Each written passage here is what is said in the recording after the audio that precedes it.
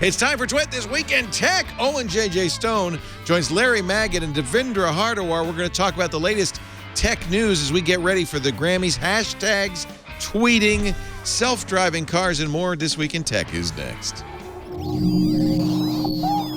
Netcasts you love. From people you trust. This is Twit.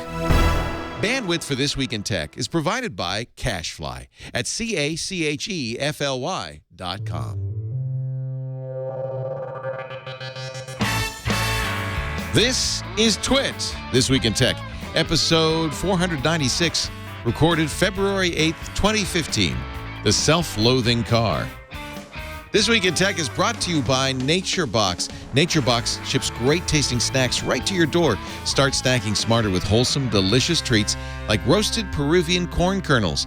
To get your complimentary NatureBox sampler, visit naturebox.com/twit. That's naturebox.com/twit. And by Oscar, a new approach to healthcare that focuses only on health plans for individuals and their families. To learn more about health insurance plans and get a quote, go to hioscar.com/twit. And by Stamps.com. Use Stamps.com to buy and print real U.S. postage the instant you need it right from your desk. For our special offer, go to Stamps.com now. Click the microphone and enter TWIT. That's Stamps.com. Use the offer code TWIT. And by Squarespace.com. Creating and editing your website is easier than ever with Squarespace 7. It's so easy that Jeff Bridges created his website, dreamingwithjeff.com. Try it now. Visit Squarespace.com and enter the offer code TWIT at checkout to get 10% off.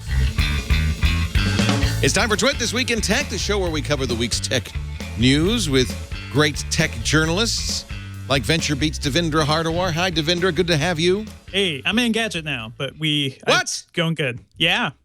Actually, I changed over. That happened a while ago, right? Yes. But it's I'm doing well. I'm an old glad guy. to be here, Leo. I don't know. I'm going to say, Devindra Hardawar is here. He comes to us from Byte Magazine. I love Byte. I do too. Who didn't? Engadget, that's awesome. What's your beat at Engadget? I'm kind of just like floating around and covering what needs to be done, but I'm doing a lot of stuff around Internet of Things, still doing some mobile and New York startups, things like that. Far out. From New York, New York. Yeah. Or are you in Brooklyn? I'm in Brooklyn. Yeah. That's all New York. Yeah, it's all New York. Also with us, Owen J.J. Stone from Places Unknown. Oh, look at that. You look like a rap producer. You should be in, like, the studio. I wouldn't let me behind the wheel of any vehicle at the present time. It's safer when I'm being chauffeured around to just send the car. Yeah, send the car for Oh Doctor. Good to see you again, Owen. Welcome back. He's wearing a vintage T-shirt from the old Ask Oh Doctor. Oh Doctor. Yeah, look at that. That's cool. Found it on the internet somewhere. Also with us, Larry Magid. It is Tuesday. Is what? Safe Internet Day. What is it? Internet Day at Facebook headquarters. Yes, and we'll talk about that later. I hope. If you want. I would love to talk about it. What is Safer Internet Day? Safer Internet Day has been going on for 11 years. It was started by the European Commission, by InSafe, a nonprofit out of Europe working with the European Union, European Commission, and it's now recognized in 100 countries. And our little nonprofit, ConnectSafely.org, that I co-direct, is the U.S. host of it. So we're having it this year at Facebook. It's going to be streamed live starting at 4:15 Eastern through 1:15 Pacific on Tuesday. Great speakers, Kamala Harris, who's the Attorney General of California, Sheryl Sandberg, who's the Chief Operating Officer at Facebook, is speaking. I'm speaking. The president of the National PTA is going to be there. Panels on bullying and trolling and harassment, panels on using technology to affect social change. And then we got a great industry panel with Facebook, Twitter, and Google, kind of duking it out in terms of their safety and privacy. We got 200 kids coming, so it's going to be really exciting. Lots of kids, lots of adults too. Sold out, but you can stream it at saferinternetday.us.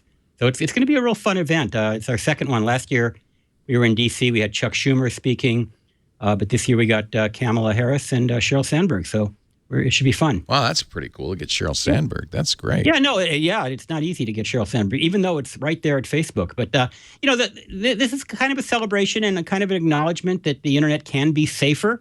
It's not going to be perfect ever, but we need to deal with trolls. We need to deal with bullies. We need to deal with security problems. We need to deal with, all sorts of issues, privacy. And Connect Safely tries to do that this is a day when we kind of celebrate it.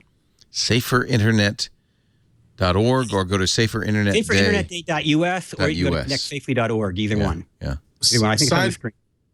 Side note on Safer Internet, like devices you don't even think of. I just had an incident with a child. Someone asked me, they had their 3D, and the kid had went on and Googled something, and horrible things came up on their 3D. And they're like, how do I stop this from happening? I'm like, I don't know. You got to bring it to me, because I wouldn't even think.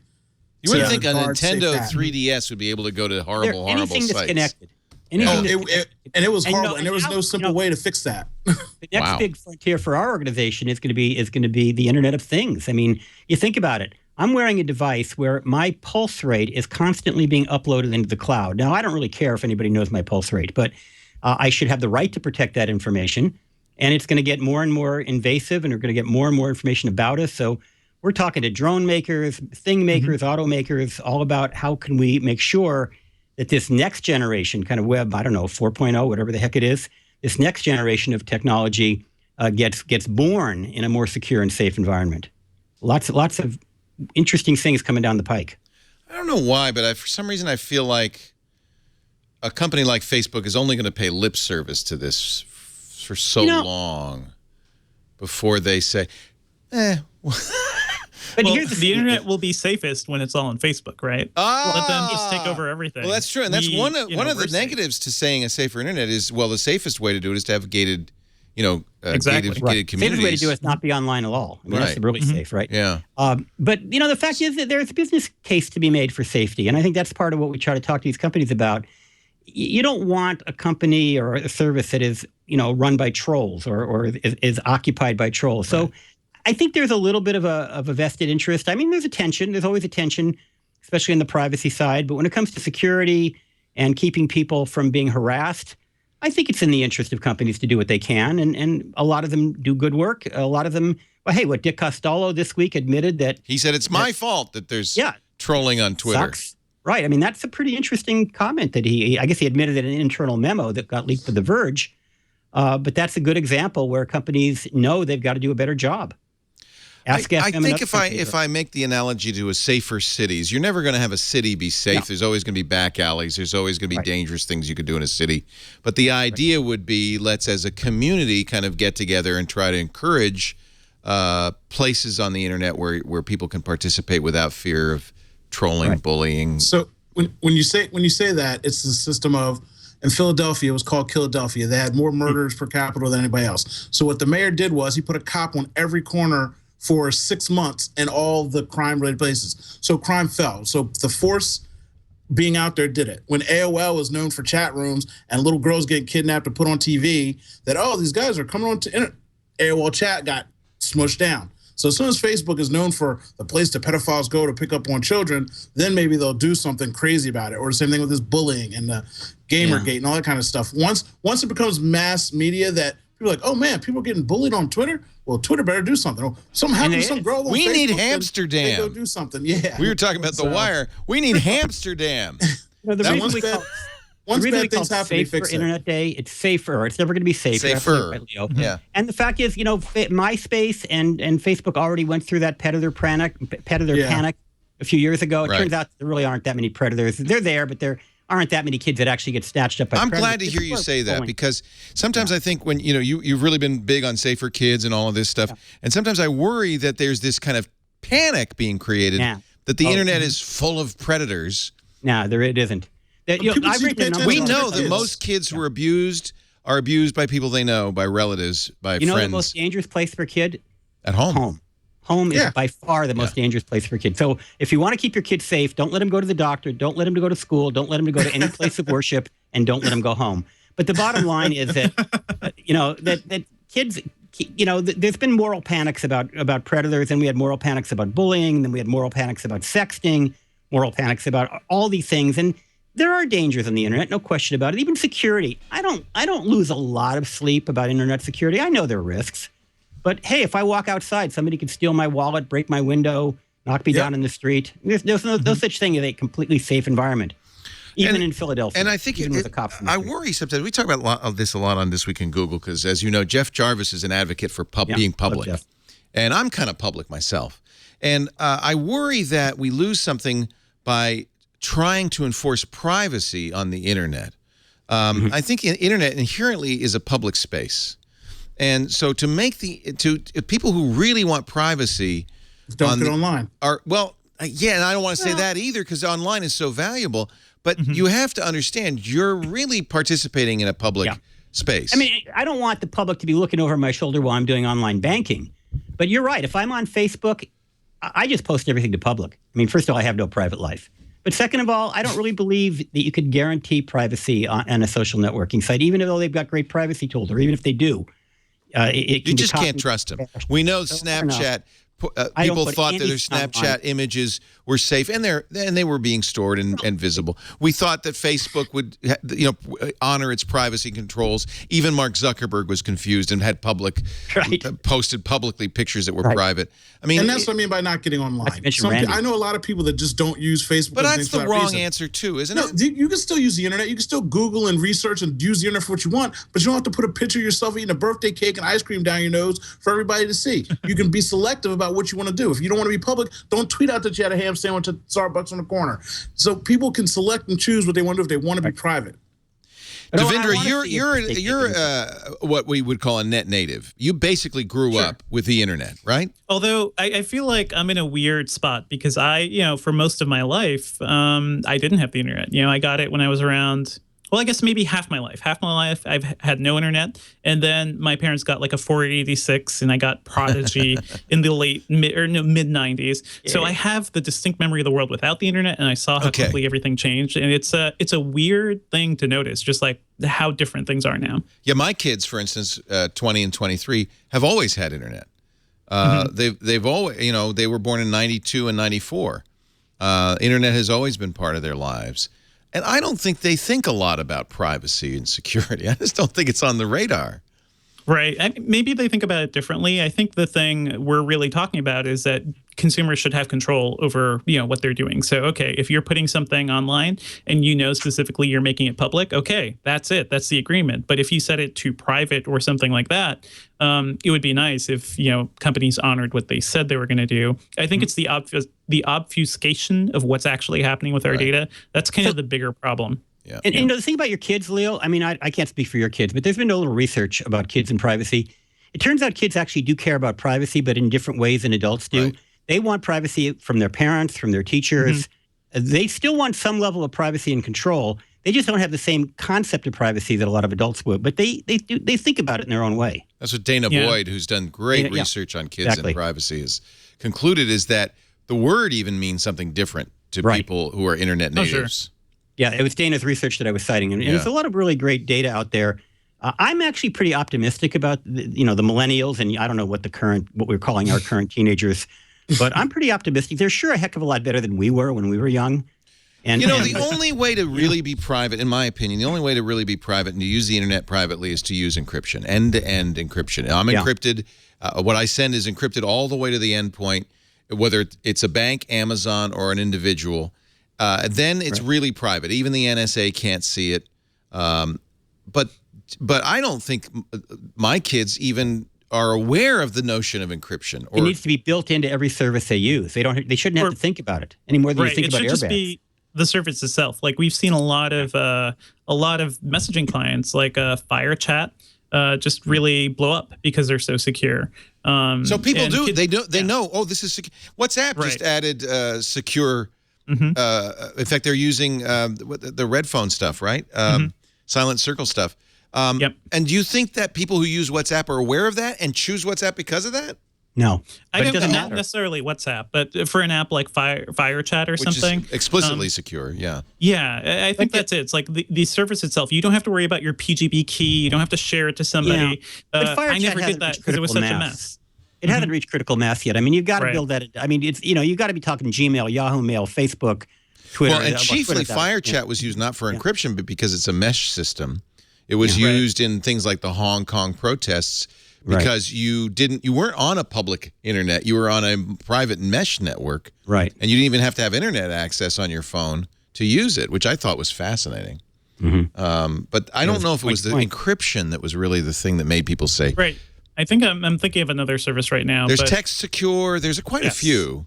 Zimmerman has a new company out, doesn't he? Yeah, he and Ladar Levison are doing dark mail. Right. What the name, even the name dark mail, I mean, that's kind of ominous. Dark. Well, when I'm using Bitcoin to buy my drugs, I always make sure that my secure network is up and running. So all right, let's talk about it. Let's talk about the Silk Road, ladies and gentlemen. Ross Ulbricht, guilty on all 7 counts. I was accused on Twitter, the bastion of truth, of misstating what happened in the Silk Road trial. Last week we had Nick Bilton on the show, and Nick is writing the book, the Silk Road book, which has already been optioned for a movie. It's a fascinating story. Ulbricht guilty on all 7 counts of creating Silk Road, which was basically a black market for illicit products, chiefly drugs.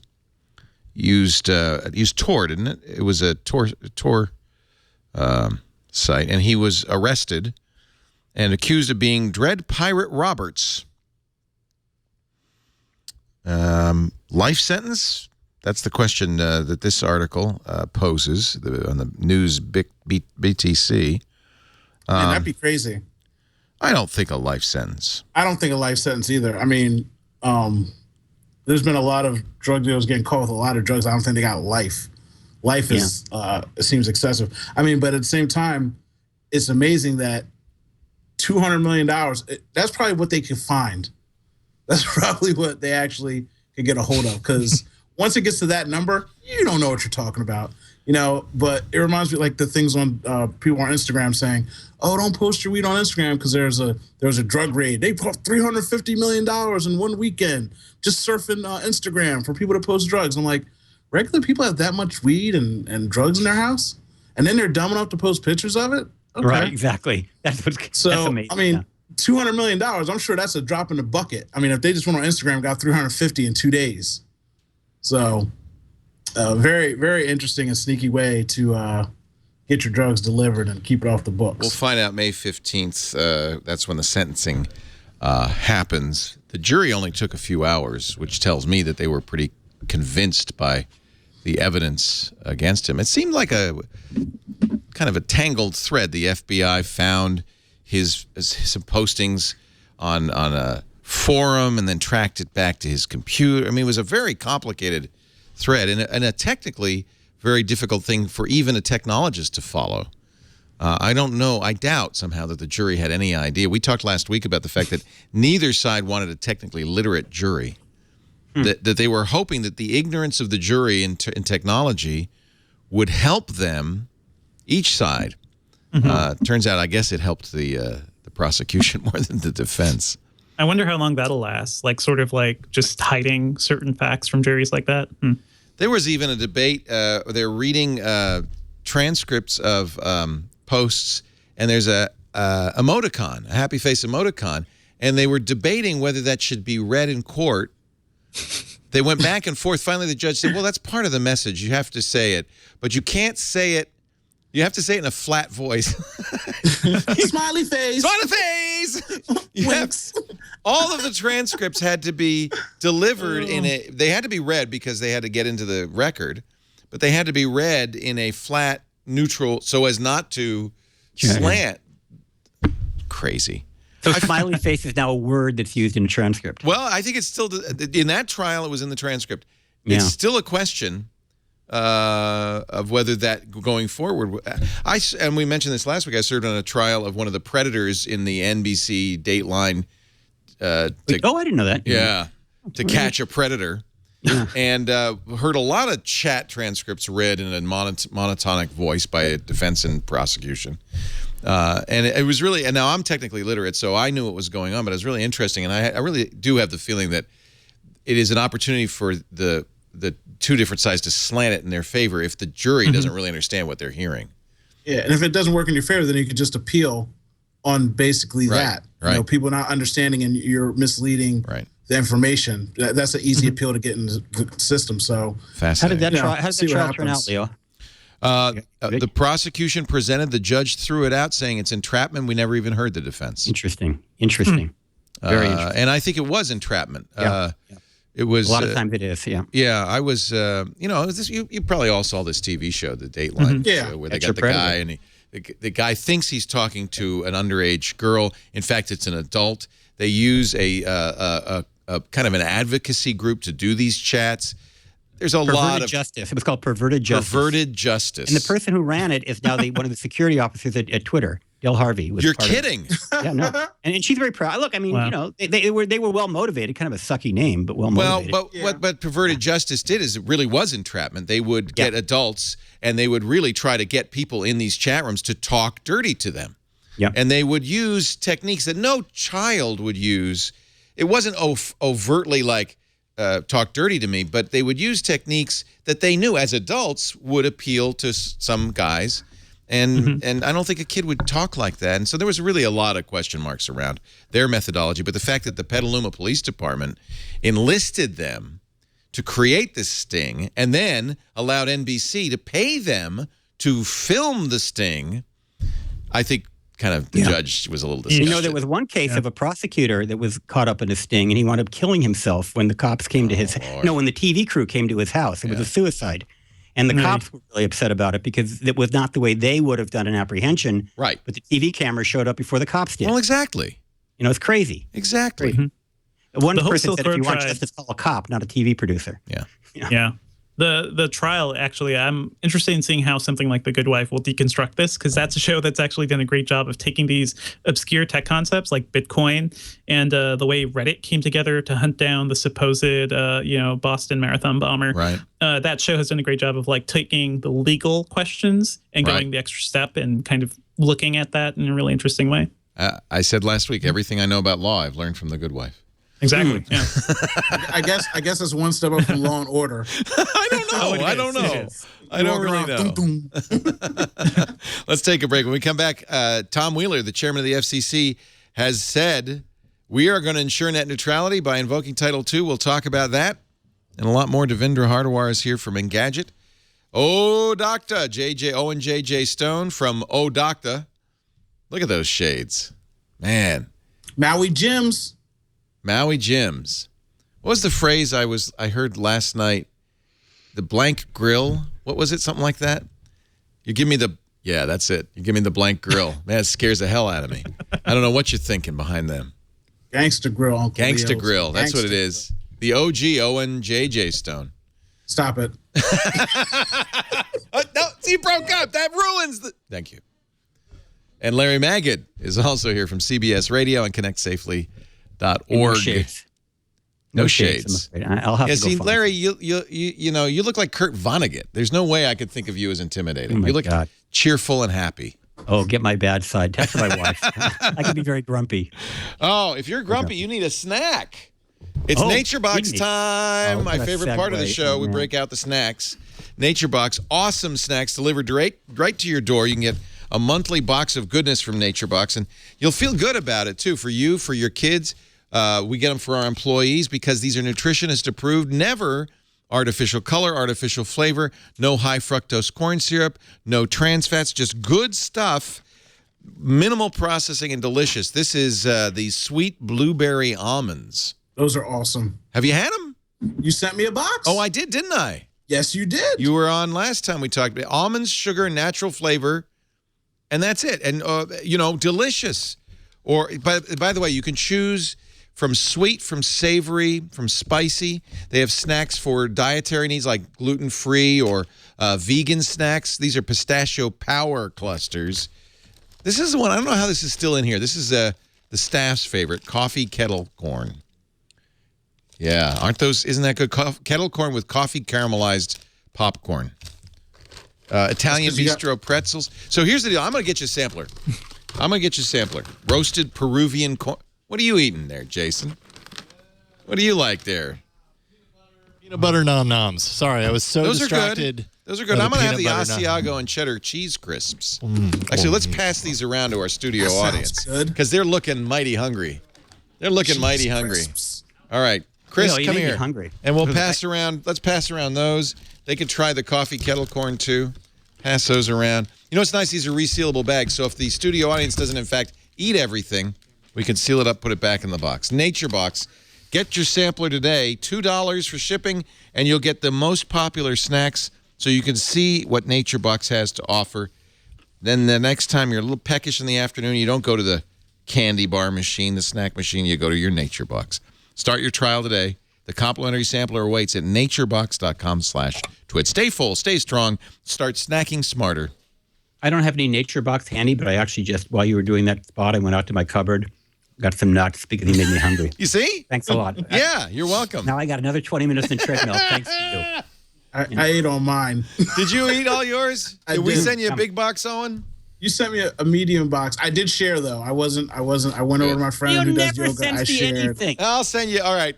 Put Larry better. down for a Nature Box. Devindra too. We got to get you guys the Nature Box. See, Larry, you got to come on like I do. You got to demand what you deserve as an individual, and Uncle Leo will take care of you. See, I put my glasses on so I can be like you, Uncle Larry. I like that. I don't want That's you to good. be alone. From now That's on, good. my lawyer negotiates every appearance. That's it. So what do you guys think? You like it? Is it good? Yeah. Yeah. The audience seems I don't to know. like it. I'm eating peanuts. No, I'm not asking you. I'm asking our fine studio. We got a good studio audience here. Lots of people from all over visiting today as we do the show. It's always nice to have. It was a very rainy day in Petaluma, so I'm glad they braved the weather. Tom Wheeler, who we thought was a henchman for the cable industry and the wireless industry. John Oliver called him a dingo. He said, you wouldn't put your broadband in the care of a dingo. It's like putting your children in the care of a dingo. He was called all sorts of names. I myself said he was a shill. He is in the Hall of Fame for the National Cable Television Association and the wireless industry as a lobbyist. Yet, in fact, I wondered why President Obama even appointed him to be the chairman of the FCC, given his background. Yet he seems to have done the right thing. He listened. They got more comments in the comment period than any FCC issue since the wardrobe malfunction on the Super Bowl 10 years ago. Right. And he has said, now we've decided everybody but the ISPs seem to be behind using Title II regulations as specified by the Telecommunications Act of 1934. Title II basically says broadband providers are common carriers, and they are regulated. They may be regulated by the FCC. This has been the whole issue, is that the FCC can only do what it's mandated to do. Congress says, you're in charge of this, this, and this, and that's all you can do. Right. Initially, the FCC last year issued what they called open internet regulations or rules. Verizon sued, took them to court. The judge said, you know, you're right, Verizon. This is not within the FCC's purview. But he did, actually it was a judicial panel, they did say, but if you were to declare broadband providers common carriers, it would be within your realm to tell them what to do. And the FCC has been really trying to avoid doing this. I think a lot of us were concerned that this might be a heavy-handed form of regulation. But Wheeler has said, no, we're going to use a doctrine called forbearance to enforce selectively within Title II. For instance, we will never regulate rates. That was one thing ISPs were worried about. You know, it's interesting. If you read his commentary, you know, he did a piece in Wired last week, and he actually pointed out that he himself ran a company that wound up getting shut down or basically being AOL was its competitor. And AOL was on the open phone network at the time, because even then you could hook a modem to any phone line. His company was on the cable system, which was locked up. So he actually made the case that having a regulations which required certain kinds of neutrality will enhance innovation, even though the cable and phone industry is making the opposite argument.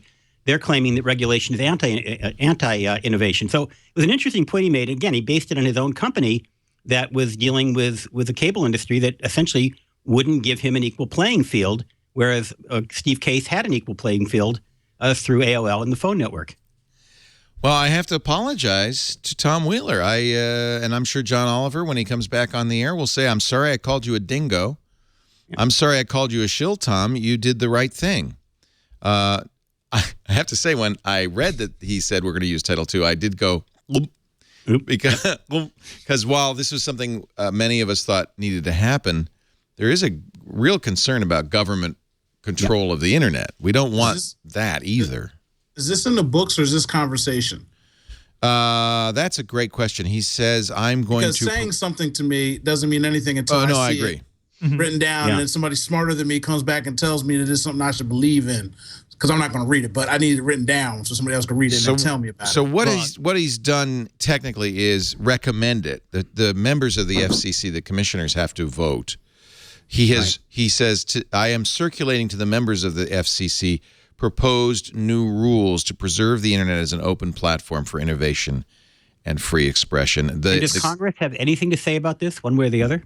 Well, okay, so what will happen first is the FCC commissioners will vote yay or nay. I presume they're going to say yay because President Obama has said this is what he wanted, and the chairman has said this is what he wanted, and I know several commissioners have said, we'll support this. So I'm going to presume it passes. At that point, those are official rules unless Congress overrules it. Right. So Congress absolutely, and by the way, if you think the telecom and the wireless people had a champion in Tom Wheeler, they have spent a lot of money on a lot of campaigns, and they have many, many champions in Congress. Okay. So before you go saying, oh, he's not a dingo anymore, just think of the common phrase of people who are skeptical about life. The person who you think is the devil comes out and says, I'm your friend, I'm going to do right by you. And you say, oh, thankfully, finally, you're going to do it. Knowing right well in his back pocket that people are going to strike down the notion that he wanted. I just like to wait and see that what he said was good is supposed to happen before I go claiming he's not a dingo. It does seem like politics, right? He waited until the tide was totally pushing in this direction, like Obama said it. All the votes came in from consumers like, oh, maybe I can do this and not risk hurting my political career, or at least what he was doing right now. So I don't give him too much credit other than, following where the tide was headed. Also, it's coming during Obama's last 2 years when Obama has grown a pair on a lot of issues. And even though Wheeler doesn't directly report to Obama, I think it's part of the administration's plan to finally, do what it needs to do. And if the Republicans want to counter it, the Republicans will counter it. But it's standing up and doing the right thing. And we'll have to see what happens, whether Congress does intervene, because it is a political issue. Unfortunately, there are D's and R's on both sides of this issue, but it tends to be D versus R. Not completely, but there are some ideological questions involved in whether the government should be, even to this limited extent, regulating the internet. I even feel like among Democrats and liberal geeks, there is some concern about you don't want government regulation. Government, notoriously, and it was designed this way by the founding fathers, is slow, technology adverse for good reason. Right. But it operates at a different speed than technology and the internet, and so. I don't think anybody wants heavy-handed government restrictions. Right. We don't want them picking winners and losers. We don't want them regulating content. I agree with Wheeler that we probably don't even want them regulating rates if we have a free marketplace. And by the way, and this is an issue that some have raised, he uses the word legal content. He says, so this is what I am proposing. I'm submitting to my colleagues the strongest open internet protections ever proposed by the FCC. These enforceable bright-line rules will ban paid prioritization and the blocking and throttling of lawful content and services. Some people have focused on that word lawful and said, well, that's a giant loophole for the copyright police to jump through, for the music industry, the television and movie industry to jump through, to allow ISPs to block BitTorrent, for instance, to do deep packet inspection to make sure that people aren't sending illegal content over the internet. Certainly, the Snowden papers would be deemed as unlawful content. WikiLeaks would be deemed by some as unlawful content. So that's going to be interesting to watch how that plays out. He says, though, he is absolutely saying, and he did this in writing on Wired. He's speaking to geeks when you publish an opinion piece on Wired. He says, we will not regulate rates. There will be no tariffs. Now this one unfortunately I disagree with. No last mile unbundling. That's a sop to the cable industry, by the way. Last mile unbundling has happened in the phone industry. That's why you can have many different internet service providers over your DSL lines. You can only have one internet service provider over your cable line, and that's the cable company, Comcast or Time Warner. That's unbundling. He's saying he's threw that in there. It completely doesn't fit. One of these things is not like the other. No rate regulation, no tariffs, no last mile unbundling. That's a sop to the cable industry saying, don't worry, guys, you still have a monopoly, which is one of the big problems, frankly. Right. Yeah. Baby steps, I guess. I mean, what he's saying is, I want to support. He says, to preserve incentives for broadband operators to invest in their networks, which means we still want you to make plenty of money on those networks. Right. So I agree that the proof will be when the FCC steps up and says, you knock it off. We don't know. And for the first time, they also mentioned mobile broadband, which is something the FCC, I think the last time we heard anything related to net neutrality was a couple of years ago. They didn't even mention mobile broadband at all. Right. And I feel like at that point, they were kowtowing to the wireless carriers who were arguing that, wireless is so strange and we have to regulate it more and we have to limit speeds.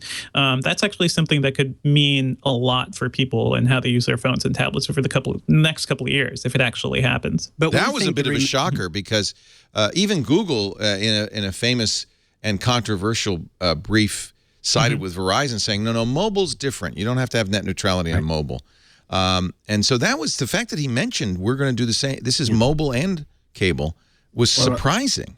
But, just to make sure that nobody listening is living under a fool's paradise, none of this says that they can't raise your rates, that they can't control how much data you get to use, that you don't have to pay more for higher speed internet at home. It's really all about content providers' access to the networks and access to people's homes. It really doesn't do anything to protect consumers against having to pay more. As it is, I pay far more for my Comcast bill than my neighbor does because I have the highest package that they offer, and my neighbor has a basic package. So I'm already paying probably $50 a month more than my neighbor. And that doesn't go away. Network neutrality has nothing to do with that. Well, that's fine. I don't think I would want them to get involved in that. No, I don't either. I just want to make sure people understand that. What we really want, I think we can all agree, what we really want is for the FCC to foster competition. Right. What we really want, and this is why the cable company can screw you, is because they're the only choice. 86% of Americans have only two choices for broadband, the phone company and the cable company, and that's it. 86%. There is no competition. Well, and so I want to see what the FCC is going to do to foster competition. They've already made noise that they're going to go and try to overturn these rules that prevent municipal internet. Wi-Fi, That's huge. Yep. If they do that, that might make a big difference. Plus, they also raised the broadband minimum, right? Or they at least announced 25 megabits. 25. Yeah, down. So, a lot of good news if it happens. I feel like things are moving in the right direction. You saw the recent FTC decision that you cannot sell unlimited data and throttle it. Yeah. And it's not. That's a big deal. That's a huge deal. Huge. I'm unlimited, and I rock about 19 gigs a month, and I get that stupid text message in the middle like, oh, we're about to throttle you. And I'm like, oh, what do you mean you're about to throttle? I'm paying for it. And, I mean, I don't even feel the difference in the speed, to be honest with you, but the fact that I get that stupid text message, really it drives me insane. So what part of unlimited do you not understand? Right, exactly. How do you define the word unlimited? It seems to me it's pretty clear, right? Yeah, I'm not. Well, they hate, when it comes to language. and I know that they hate me because no one else uses 19 gigs on their phone. They do hate you. It just doesn't. It doesn't happen. I understand why they don't like your me. PC. You're not even tethering a computer with it. You're actually using it on the phone. Yeah, I think that's increasingly the case because people are watching a lot of YouTube. They're I have streaming a daughter, music. and we drive, so she's in there Netflixing. I have my own cloud, so I download movies from my cloud. Like I have to say that has changed in the last year. I mean, it used to be 3 to 5 gigabytes was a lot. Yeah. And if you use more than that, you kind of maybe were a little suspect. Now, I think you're not alone, Owen. I think a lot of people are using more than 10 gigabytes. How much do you use, Chris? I use about 10 gigs a month, and my family just switched to like a 30 gig plan. His family had to switch to a 30 gig plan because you're what, 17? He uses 10 gigabytes a month. They do too. Yeah, they do too. It's their fault too. I agree.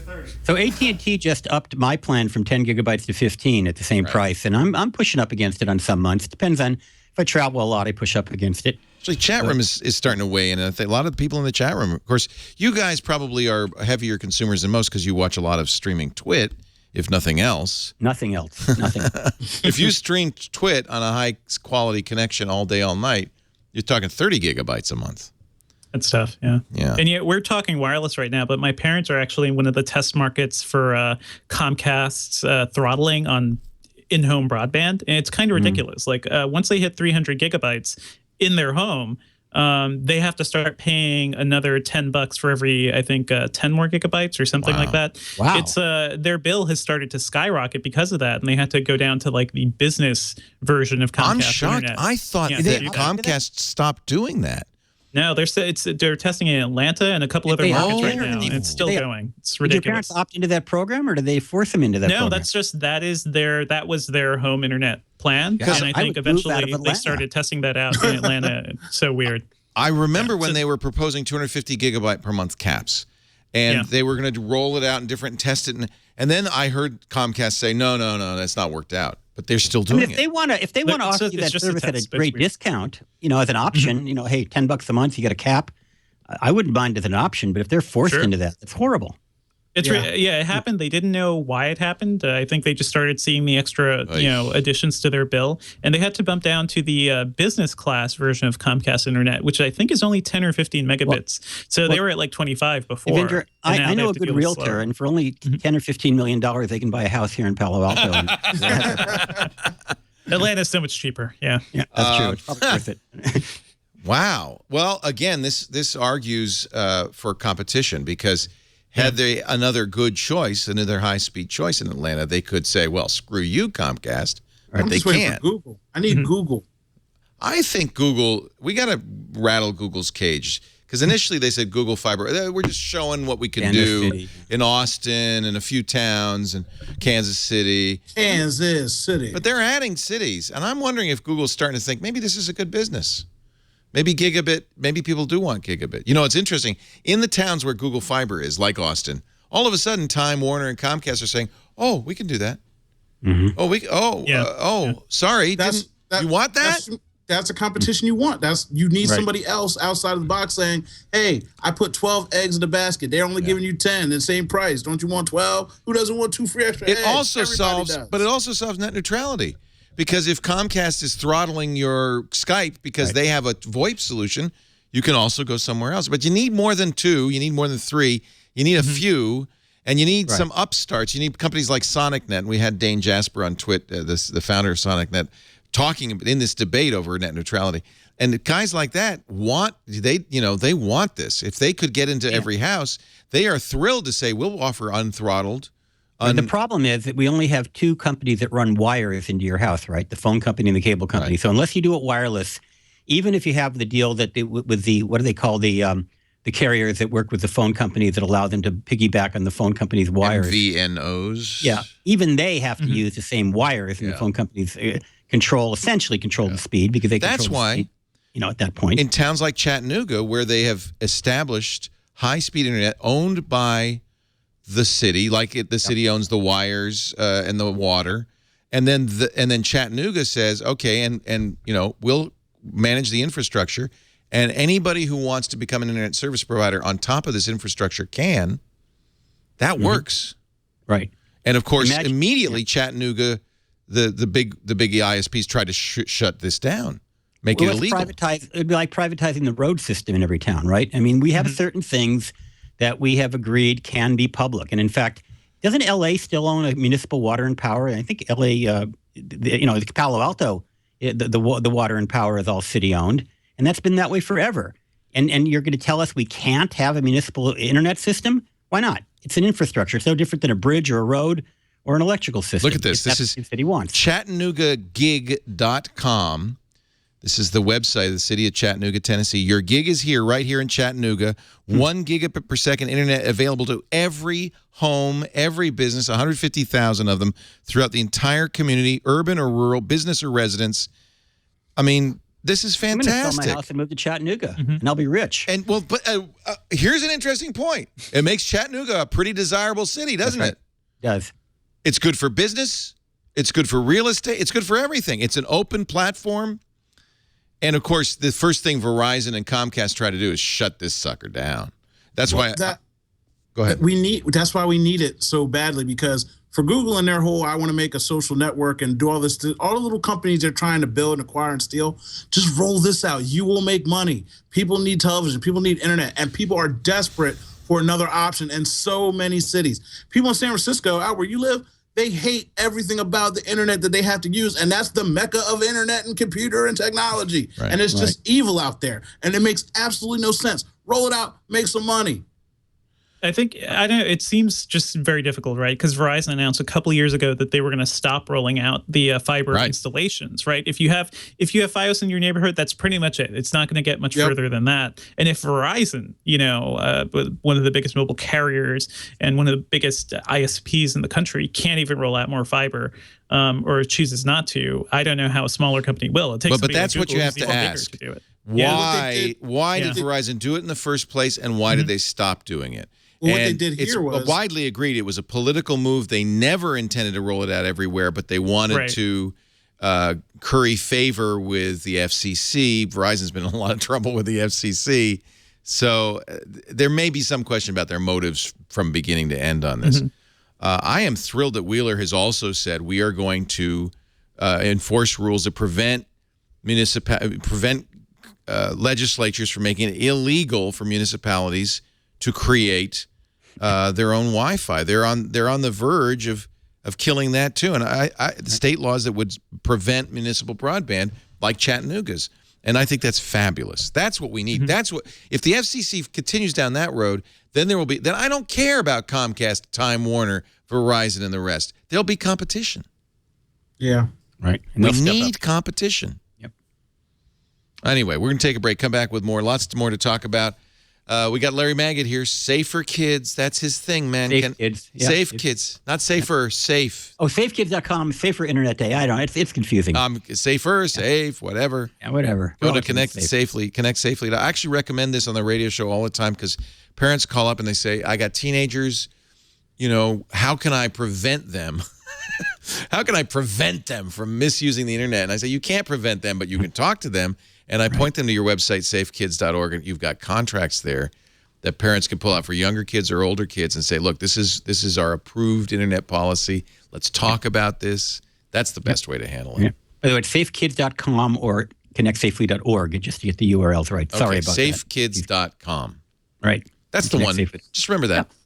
Yep. That's good enough. That'll get you there. Owen J.J. Stone, how old is your daughter? She is 7. Does she use the internet? 38. Yes, she's all over the internet. What do you do to protect her?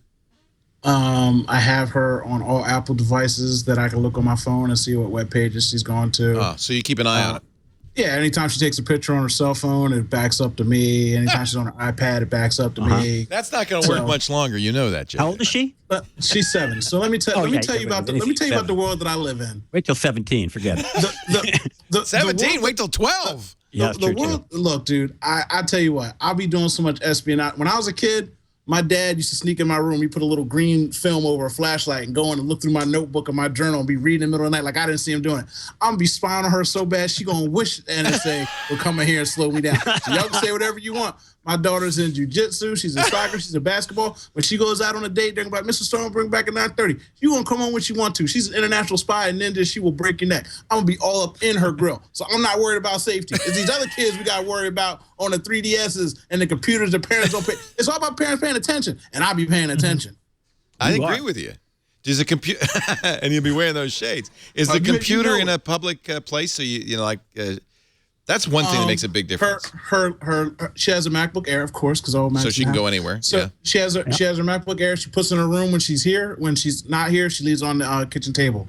So when she leaves out, it comes out of her room onto the table. Right. Well, our policy the policy we recommend, my kids are grown up, is that when kids go to sleep, their devices go to sleep with them. Not with them, but devices go to sleep also. Yeah. So you charge the phones in a central place of the house. We used to say, put a computer in the public part of the house, but that doesn't work anymore because everybody's got phones. Devices. Yeah, everything's mobile. But you can insist that the phones be charged in the living room or the kitchen or wherever you put them.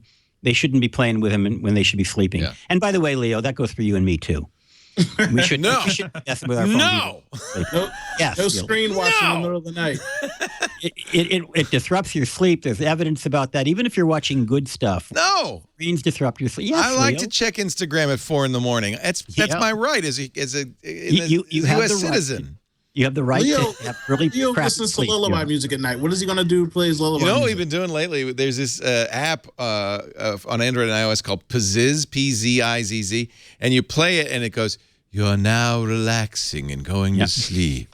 You'll have good dreams. You will not wake up and go on Instagram. And that's very relaxing. But then at 4 in the morning. I use Headspace to meditate, believe it or not. I've never meditated in my entire life, but I have this app that I got. I think it's like $80 a year after 10 free trials. And it actually, I don't know if I'm meditating, but this guy relaxes me, right? He talks in this really calming voice and tells me to breathe. And by the time he's done, I'm kind of half asleep. It's a gym membership for your mind. Exactly. Be careful with Pizzazz, because that's how I brainwash people. I talk to them in the middle of the night. And they wake up doing all kinds of stuff. Your bank account be empty. I have an Audi in my driveway. Yeah. I think about an hour in, they're going, you will send money to our post office box. You will be happy about this. Yes, sir. Yeah. Yes, sir. No, actually, we used to do that when the kids were little. We would set the Apple router, and many other routers will do this. OpenDNS.com does this. You could set an access control list, and you can say, internet goes off at 10 p.m. Right. And Jennifer and I used to sit there at 9:59. We go, wait for it. Dad! Exactly. The internet's off! Yes, I know. Go to bed.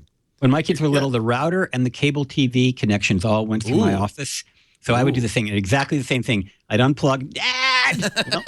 Told you to get off. Dad! Power. Dad had some power in the house. Not much, but I had the power of that switch.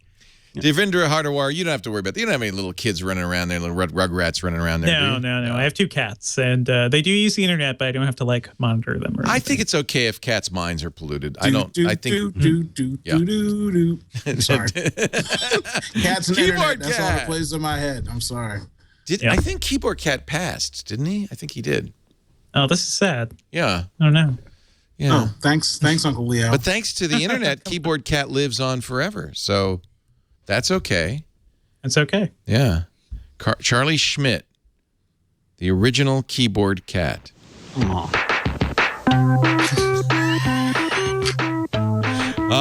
The days when the internet was young.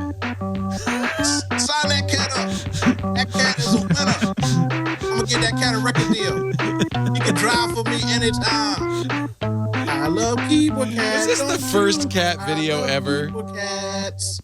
I think this was the first one to go super viral, but there were plenty before that. 38 million views of Keyboard Cat. Wait a minute, what the hell's going on now? He's going Dubstep Cat.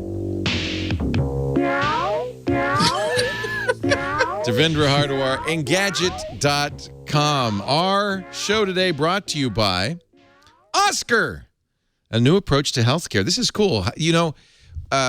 I think we got a problem in this country with healthcare, and I think we need to modernize it.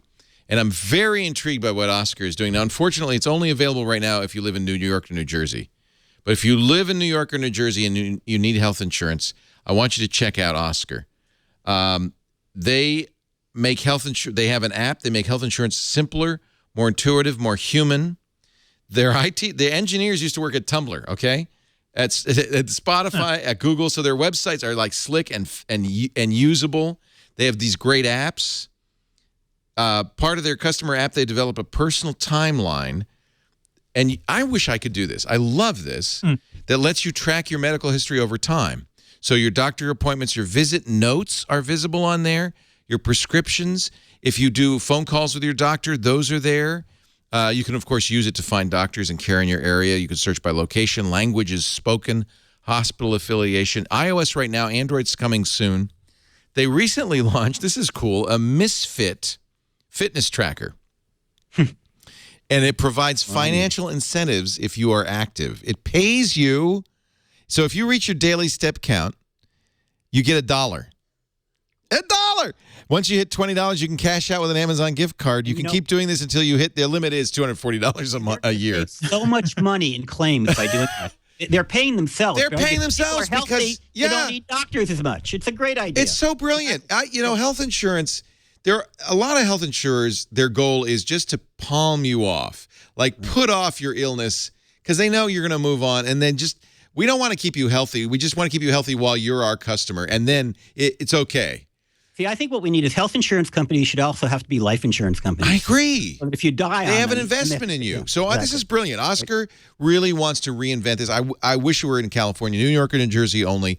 Their plans include free checkups, some free generic drugs, free primary care, doctor visits. You don't need a referral to get care. Oscar's Doctor on Call gives you access to a board-certified doctor 24/7. It just kills me that I can't be a customer. But if you are in New York or New Jersey, hioscar.com/twit or call 844-OSCAR-25. That's toll free. 844-OSCAR-25.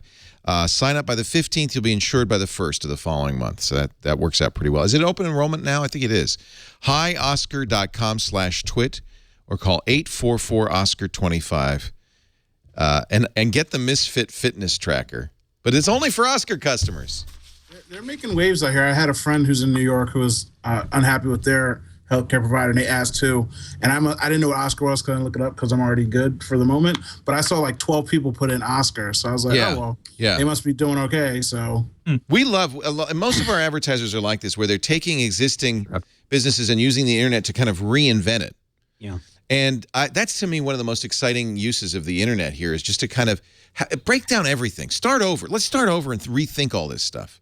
I started shaving with Harry's. I mean, it's great. I mean, I don't get paid to say this, right? I mean, I buy stuff from them, but it saves me money, and they have great customer care. I call them up. There's this lady named Kate who tells me how to shave.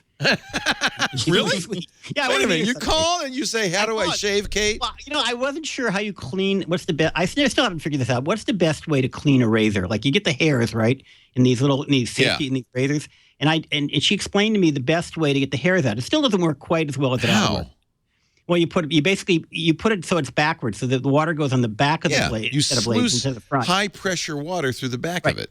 Yeah. But I do it in the bathtub now because I get really super high pressure. But that's the one thing that I hope Harry's, if they're listening, that they can figure out a way to invent a razor that doesn't. They need like an eject button. You push the button and it ejects the hairs. Exactly, and it ought to be built. The nice thing is because Harry's blades, and this is not a Harry's ad because they didn't buy an ad today, but the nice thing is Harry's blades are less expensive, so I just change my blades more often. That's another solution, right? It's nice to have a fresh blade all the time. And by the way, you have a lovely shave. You look very nice and clean shaved today. Thank you. That's Harry's. And nice haircut too. Yeah. Great haircut. I actually can't blame Harry's for the haircut because I got it shaved once with a lady with a straight razor. And that was really... That's the best way to do it. Oh, it's great. It was like I was a pumpkin and she was carving me. It was like... And then what you don't know, there's a whole bunch of stuff you learn when you get your head shaved, is that you can hear it. It's because but from bone conductance, you really hear the razor scraping you. I used to have this barber who had very different politics than me, and we get into these political discussions. Oh, no. Scared the crap out of me. You like Obama, eh? Exactly. No. I always worried those guys. No, I don't let them near my throat. When I'm getting cut with a straight razor, I don't have a conversation about anything. I don't want to talk about anything. I don't want to know. Oh, you're a Steelers fan, eh? You need to focus. I don't want to hear anything about anything. All I can say, Owen, never go to a barber who's a Cowboys fan. Because you have been so relentlessly brutal to the Dallas Cowboys. No haircuts in Texas. When I go to Austin, I got to bring my own equipment. You must never, ever go to Texas again. Moving along, Apple TV. This is an ongoing story, but it may be because of the Sling TV. They have reignited Apple's conversations with broadcasters. Recode reports Apple is once again talking to TV programmers about putting its own web TV, what they call it an over-the-top service, on Apple TV. It's over-the-top because it eliminates your cable television or antenna, and you get your TV, as you do Netflix now, over the internet. Sling has offered this Sling TV product. We've talked about it before. $20 a month. You get ESPN, which means you get actual sports. You get CNN, which means you get actual news. In your opinion. Okay. All right. You're right. What am I thinking? You're absolutely right. Throw a zinger in there, brother. You can't just be throwing out. No, you're absolutely right. But anybody who gets their news from TV is certified nuts anyway, right? Yeah. There's nowhere. Also, now with Brian Williams. What's this with he Brian broke my Williams? heart. Yeah. He broke my heart. I love loved Brian his son Williams. so much, Yeah. and now your dad's a criminal and a horrible person. And the worst part is, well, he did it for entertainment. The news is not entertainment. No, news that's is the not problem. entertainment. What are you It's talking gotta be about? true. This is entertainment. The news is not entertainment. You evil, I think silly. you should get Sorry. your news from radio. That's where you should get your news from CBS News Radio. No, but people. That's a need to little get rid of- self-serving, Larry, but I That's actually agree with you. What you really need to do is you need to get your news from multiple sources. You need to go online. Well, you thank need to God make for the lots of internet. You TV. can actually Yeah, go you to get- direct to. I mean, I feel like we get much better news now because we do that. Yes, those of us who do get that. Well, get good- Doesn't everybody? not everybody. Still not everyone, yeah. The older people in the world are set in their ways. Oh, I well, they're believe. screwed anyway. If they- Anybody over 50, how old am I now? Anybody over 58 is screwed. Trouble. Thanks, Leo. Well, now anymore, whenever I read something, I literally have to go to another news source to reread it to make sure it's even somewhat legit. Right. Because Right. people just post stuff and it's like, oh, blah, blah, blah. I'm like, did Jesus come down and write this on a wall for you? Because I don't see it anywhere else online. Nowhere else has said it but this place. And then Even 2 hours trusted later, news the post is brands. gone. It used to be if you went to a trusted news brand, you knew it was probably true. And even there, I can't think of examples. Well, Brian NBC Williams is a Brian perfect Williams is an example. That's Yeah. NBC Well, no, News. you expect them to be accurate. And, Yes. And whoever wrote that, because you have to write statements before you say them out loud. So the fact that you can literally think in a room somewhere to say, well, we were doing it for entertainment purposes, how does someone in that room not slap you? Because you can't come out and say things like that. Like you have oh God, I'm sorry. Now that Comcast owns NBC, somebody in the chat room is making a very good point.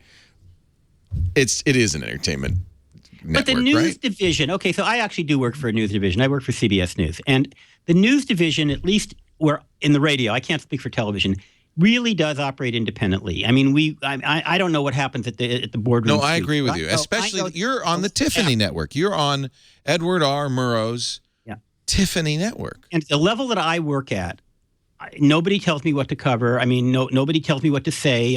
As long as I'm accurate, as long as I'm well sourced, as long as I'm not way out in left field, I'm good. And it doesn't matter whether it's a company that CBS is suing or anything else. I know there were problems, but in the news division, we haven't had that problem. At least in the part that I'm at. Knock on wood. I don't think it's going to last. Well, and you so just far, don't so say good. it. If you're doing it for entertainment, don't say it.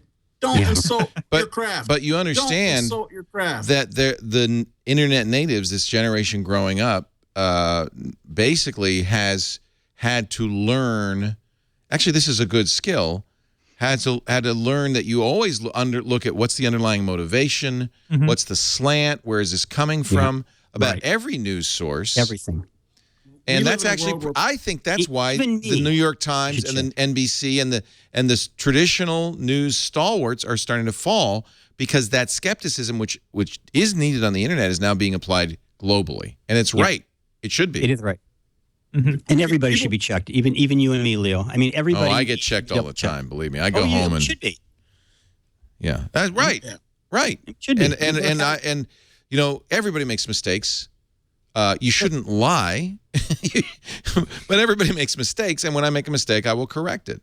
So here's a weird concept that most people would probably think is odd. I actually consider access to media to be a sacred trust. I know that sounds very naive and I agree. idealistic, but I really feel that if people are taking the time to read me or to listen to me or to watch me, I have a moral obligation to do the best job I can, to be accurate, to be fair. If I have a conflict of interest, to disclose it, as I do, because I admit that my Connect Safely is funded by some of the tech companies, but that's right there in every article. And, you know, as long as you do that, then you can sleep at night. But anything short of that, I think is a violation of a trust. And I know a lot of people think that that's crap because they think the media is nothing but a big corporate business. But maybe I'm just old and I'm a part of a dying breed, but I strongly feel that way. But you feel that way, but do you think the Huffington Post feels that way? Can't speak for my friend Ariana. You know? Let's speak for I feel like that for herself. that people who communicate on the internet maybe don't have that tradition of sacred trust. Actually, you know, the answer to your question about Huffington Post, it depends who the blogger is. I mean, there are many, I blog for the Huffington Post. There are many bloggers in the Huffington Post that really are great, and there's some staff people who are phenomenal. But when you have an open blog network, you know, it's an open blog, and lots of people can do it. It's click mania. You know, they write. I feel like half the posts that are written anymore aren't even articles that are written. They say something like, oh, such and such died. What do you think? And they basically put it out there. I know. 4,000 people put comments on it and click. I'm like, you didn't That's a lot write of anything. effort. You asked me a question. How about this and I one? see it. You post 40 articles a day like that. How about like, this one? And I talked about this before the show. A couple of weeks ago, I wanted to know when the Super Bowl kickoff actually was. Mm-hmm. So I Google, what time does the Super Bowl start? That is an eye-opener because what you get is a lot of sites, including, by the way, the Huffington Post, the IB Times, the LA Times, who create bogus pages that tell you what time the Super Bowl starts. That is not a news story. They know what's going to be that people are going to be searching. They know people are going to search for this. Oh. So they create pages that will show high on Google that you will click on. Here's the Huffington Post. And then they put ads all over it. Yeah. Because you don't need a news story titled, "What time does the Super Bowl start?" Right. That is not a story you would see in the New York Times. We're doing it wrong, Uncle Leo. We need to get on this ASAP. Well, that was, of course, my first reaction is, God damn it, why didn't I think of that? Well, the funny thing is, I asked my Android phone. I said, "Okay, Google, what time did the Super Bowl start?" And it told me 3 p.m., but I wasn't sure what time zone. But Google was smart enough to know told what you the time right zone one. I was in. Yeah. But I wasn't 100% sure whether it meant Pacific, Eastern, Arizona. You know what I tried for the first time last night, and actually I was pretty impressed. Amazon's Alexa, the Echo, the thing that's in your house. Ooh, you got that? The Tube. One of our editors, Anthony Nielsen, got one, and Mike Elgin has it in his house and is reviewing it. We were over for dinner. You know what? It's pretty cool. I immediately asked for an invitation because if you're a Prime member, it's only $99. First of all, the sound quality is good, and Alexa's pretty smart. You can exit questions, and she will answer in a nice, natural voice. It didn't sound robotic. It's like a little pal in your kitchen, and you can ask them things like, literally, what time does the Super Bowl start? We asked, how old is Michael Jackson? This is a good one. And it said, well, she said in a nice, natural, human, female voice, Michael Jackson died in whatever, 2010, but he was 50 when he died. Actually, he said he was 50 years, 8 months, 29 hours, and 3 seconds old when he died. It was very interesting. It was... I'm amazed that Google hasn't done this. And when I first saw it, I said, this is stupid. Who would want this? And now I want this in every room. In fact, we were all saying, Amazon should buy Sonos. Those are the speakers that are in every room. And build this into Sonos. Awesome. And then as you walk through your life, you go, hey, Alexa, and they would tell you. Smart house, a really smart house. Mm-hmm. Yeah. 2001, Space Odyssey is here. Right. Google's mission was to put in your phone. I think that was the thing, and they didn't want like a separate device for people. I agree, to buy, but I think they missed the boat because of it. Mm-hmm. Perhaps, yeah. I'm gonna have to order one of this. We'll see how many people outside of our bubble that would want to have that in their house. So maybe, but I think if you try it, it kind of surprises you. No. I'm totally down for it. Besides the fact that I feel like it's probably going to make my child a little bit slower. Thankfully, she has me. That I'm a super genius. I'm going to make her smart. But wait a minute, doesn't she say? Wouldn't she? I mean, it's just like having you there. You go, hey, Daddy, what time's the Super Bowl start? And you tell her. Okay, so perfect example. She's learning to read and write, right? So she has words every week. Now she has to form her own sentences. What used to happen was she would ask me to reread her sentences. I would help her. And so I'd get out a dictionary or I'd pull a dictionary up online and I'd make her read it and she'd understand it. Now, do you know what I hear in the other room? I hear, okay, Google. Yeah. How do you spell ancient? What's wrong with that? Okay, Siri. Because she's not looking up the definitions like I'd make her do. Yeah. She's just getting the direct word and she skipped me completely. Jay, you're just jealous because Google is smarter than you are, at least more knowledgeable. You may not be. It knows more than you do. Let's face it; it really does. If I could program Google to make her read the definition out loud, I'd be happy with Google. But Google just gives the direct answer and moves on. I'm trying to educate. They should have a Google student mode. Oh, that'd be awesome. Where it says, "Well, I'm going to tell you the answer in a minute, but first do this math problem." That's called goggles. They've got that for drunks at night. Google goggles. Text their ex. Yeah. Anything to make them think more. Yeah. So I'll tell you how to spell it in a moment. But first, this word from the Holy Roman Empire. I almost got mad, but she's so smart. I got mad when I first heard it. I heard, okay, Google, how do you spell ancient? And I'm looking around like, wait, what? How long has she been doing it? Because I realized in my mind she hadn't been asking me to help her with her homework in like 2 weeks. And she had figured out because, she'll ask me questions like, how many people are in the world? I'm like, oh, ask Siri. See, ask I Google. feel like this may be a change in, kind of a big change in how we think of knowledge. That the facts, because they're at your fingertips at all times, are no longer important. They're commodities. Because they're commodities, because you can get the fact, you can get the spelling of ancient anytime. Yeah. You can get the definition of ancient anytime. Yeah. And so memorizing all of that stuff is now no longer important. And I don't think that's such a bad thing. And education, schools need to adapt to that. I mean, if I were a teacher these days, I would give all open web exams. Every exam, I'd say, don't tell me what year the war. Isn't knowing what question to ask and where to ask it more important? Tell me why does it matter? Right. Why does it matter? Not who. It's not memorization. It's thinking that we need to teach. Right. Yeah. I mean, and I think that would be the way I would teach, but they don't let me teach anymore. I remember my late father-in-law, who we gave him an iPad, and he was enthralled. He was a school teacher, he was a science teacher, and he was enthralled by it. He loved it, and he said, Copernicus spent most of his energy grinding lenses and manufacturing telescopes so that he could observe the heavens, so that he could figure out that the Earth revolved around the sun. Nowadays, all of the information that he needed is available without any effort. How much more can people figure out because they don't have to spend the time grinding the lenses and making the telescopes? It was an interesting insight. A long time ago, I was a graduate student. This was my dissertation back in the 80s. Right? What was your dissertation in? It was you wrote that big book? Well, it's mostly charts and graphs. Yeah, I did. It's all. But the point is that I spent most of my time in graduate school going up and down the elevator to get between the card catalog and the stacks. I don't know how. I don't think I learned anything other than riding the elevator. You were good at the elevator, though. I was good at the elevator. I was able to, crunch out a long dissertation. But the point is that the knowledge is so much easier to acquire now, and that means we need to be smarter in how we use it. Let's learn thinking. Exactly. Or Dewey Decimal System. Yeah, isn't that funny? You don't need that anymore. My alma mater at Yale, the beautiful library, Sterling Library, just got remodeled. And what I remember that the entire entryway, huge acres, was filled with card catalogs. Right. They're gone. It's couches and computer terminals, and it's cozy places to read and study. It's like I wouldn't recognize it. There's no card catalog. Can you cuddle on those couches if you have a cuddle partner? Yeah, that's good.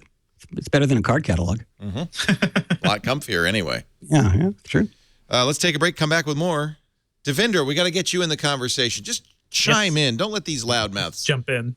We're It's bullies. okay. It's fine. I like hearing what you guys are doing. But, to what you're saying about the way we're treating knowledge now, for me, I'm excited about how this will unleash creativity in people. Everyone's poo-pooing the fact that we're memorizing less, but that could be a good thing if it kind of gives you time to do something more interesting. Yeah. Learn how to think, not to memorize, right?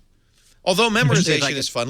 Instead of memorizing facts, memorize a poem so you can have a poem in your head. Especially as I get older, my memory's failing anyway. So there's we're all augmented. There's an awesome iPad app that I really love that helps you memorize poems.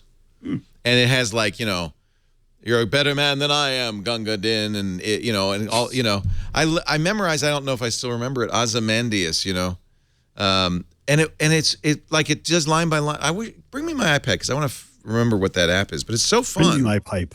Bring me my pipe and my slippers. I memorize and all my my fiddler's poetry three.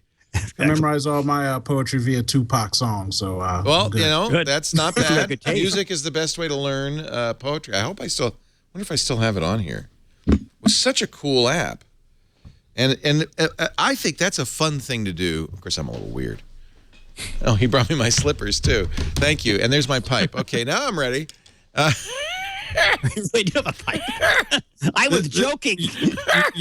You do know this is Twit, right? We're out here reading sonnets. In about a moment, Fiddlers 3 are going to show up, and then you'll be impressed, Does the government allow us to smoke pipes on television? Oh, we're not on We television. are not on television. Not on real television. I had to take, and you probably have to do this too for CBS, the FCC exam. That's right. I had to take it. Yep. Every year. We have to I don't study for it. Don't tell them that.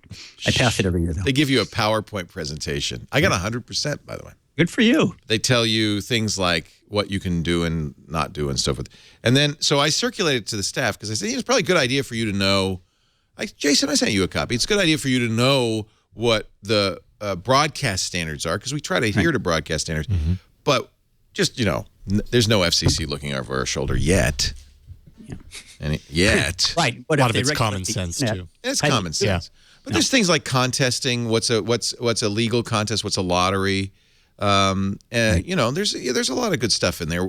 You know what? The best thing is disclaimers about advertising and plug-ola, so that was good. For instance, you cannot lie when in an endorsement ad. If you don't use a product, you cannot go on the radio and say I use that product. Really? You get a huge fine. Ooh. Yeah. How did they figure that out? Police-wise, that'd be interesting. Well, yeah. Does the FCC have? Well, but the Federal Trade Commission also goes after bloggers that misrepresent themselves. You know what? We started a little Twitter feed called Inside Twit, where we were occasionally mentioning advertisers. And Denise Howell, who has become our corporate attorney, she does This Week in Law on the network, said, you really have to. The FTC the fines are immense. You really have to have hashtag sponsor or hashtag ads. Or you have to make it clear that these, even if they didn't pay for that tweet, that these people are sponsored. And I had 100% behind it. Yes, I just hadn't thought about it. Has Twitter ever had a wardrobe malfunction? Have you been careful about that? My nipples are constantly on the air. It's embarrassing. Terrible. Terrible. I would say $1 million fine in your case each time. I'm not going to find this poetry app. I will before the end of the show. I'll figure out what it is. It's probably not on here anymore. But it was so much. If not, it'll be in the show notes. We don't have show notes. It's another thing we got to get going. Remember show notes? Show notes. Remember when podcasts had show notes? Show notes. Yeah. I put my slippers on while I talk a little bit about Stamps.com. You might say, hey, I need some postage. I need some stamps. Oh, shoot, I have to put on pants and shoes and go to the post office. No. With Stamps.com, you can keep your slippers on, keep your pants off, and print your own legal U.S. postage whenever you need it, 24/7 with you, and you don't need a postage meter with your computer and your printer. Stamps.com brings all the services of the United States Postal Service to your desk. You even get discounts you can't get at the post office, like first class, priority mail, express, international. You'll never pay full price for postage again at Stamps.com. That's why 500,000 small businesses use Stamps.com. We do too. It also makes your mailing, if you do mailing of any kind in business, it makes it look more professional. You could print right on the envelopes with your company logo, the postage. It'll automatically pull the sender's, your return address, but also the recipient's address from QuickBooks or your address book. If you're selling on eBay, Etsy, Amazon, any of the websites, it'll get that information directly from the site. It'll even fill out international customs forms automatically. Certified mail, return receipt. It'll automatically email the recipient with a tracking code. It makes your mail look as professional as those big companies. Better, really. With Stamps.com, you print barcoded postage, return and delivery addresses all in one step. On shipping labels, your company logo right on the label. Stamps.com. Now, we got a really great deal for you. I hope you're sold on the value of Stamps.com. Now I want you to try it. With a no-risk trial offer, this is worth $110. Go to the front page at Stamps.com. Go to our offer. Click the microphone and enter the offer code TWIT. $110 bonus offer. That includes $55 free postage. You get a USB scale. This is so cool. So you never guess at the postage again. You never overpay or underpay. I don't know which is worse, putting an extra stamp on because you just don't want to, have postage due, or I guess it's worse to have a package arrive and your customer has to pay extra. I get all the time. I get PR, little boxes from PR firms where I have to pay, because they didn't put enough stamps on it. It's like, that's so ridiculous. I know. Get Stamps.com. Get the scale. $55 free postage. A month free use of Stamps.com. You're going to love this. Stamps.com. Before you do anything else, please click the microphone at the top of the homepage and type in TWIT. Look, I used to have hair. That actually looks like a rug. Yeah, that doesn't look real. That's not legit. Yeah. That's a piece. That's a piece. I think Leo really is bald. I think he is too. Stamps.com. Please use the offer code TWIT. Please, I beg of you. Self-driving cars. Always fun. Google is developing its own Uber competitor, but that's okay because Uber is developing self-driving cars. They've done a deal with Carnegie Mellon to do self. But so really, here's the future 10 years out. when you call a cab or an Uber or a Goober, whatever Google calls their Goober would be a good name. When you call a Goober, it pulls up and there's nobody inside. Right. At least you don't have to worry about somebody roughing you up after your ride. That's true. Hey, baby, you gonna go downtown? You know what I mean? Yeah, you live here? You live here? You live here? Is this where you live? You got a boyfriend? None of that. And so I think this is but do you think people are ready for this? Do you think? Not yet. Would you get scared if the taxi pulled up and there's nobody in it? I'd actually feel safer if the technology actually worked because I would know that human error has been reduced. Yeah. But also it depends on the on the system that they're operating in. I get a little nervous about a self-driving car on the same highway as cars driven by human beings. But ultimately, I think it's going to be a lot safer. I'm actually looking forward to that. When I grow really old, I want to have a self-driving car or at least a service that comes to pick me up. Uncle Leo, buy me a Tesla. Give me a Tesla, please. Why? I will test out this self-driving thing. I'll drive across the country. Teslas. I think you misunderstand. Teslas do not self-drive. I know, but I just want a Tesla, and I want to be able to drive it myself and then have it somewhat drive for me while I'm in there being lazy. I'm trying to get myself a Tesla. Don't worry about the facts. Okay, this is America. So lazy.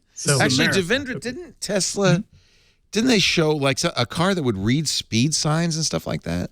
I think they showed some basic technology like that. And we know for a fact that they're actually working on more self-driving technology. But what I saw at CES this year was every car company is doing something that's kind of automated. Yeah. So Audi is working on it. BMW is working on it. There's stuff on the road today, like the parallel parking assistant. So people are going to get more and more used to it. So I think in 10 years, a car pulls up in front of you, it's your requested Uber or whatever. People will be totally down with it. So I recently had a chance to interview the CEO of Ford because they opened up a research lab in Silicon Valley, and they're no longer calling themselves an automaker; they're now a mobility company. Wow! Oh wow! And they, and they even have research going on with bicycles, and so the whole thing is like car companies are learning to be like remember the old days when we talked about a railroad, and then the smart railroads became transportation companies. Right. The smart radio networks became media companies. That's true. Clear Channel, who owns, I do my radio show on the Premier Networks, which is owned by Clear Channel, no longer is called Clear Channel because that implies radio. It's called iHeart Media. It's about media. Which is terrible, by the way.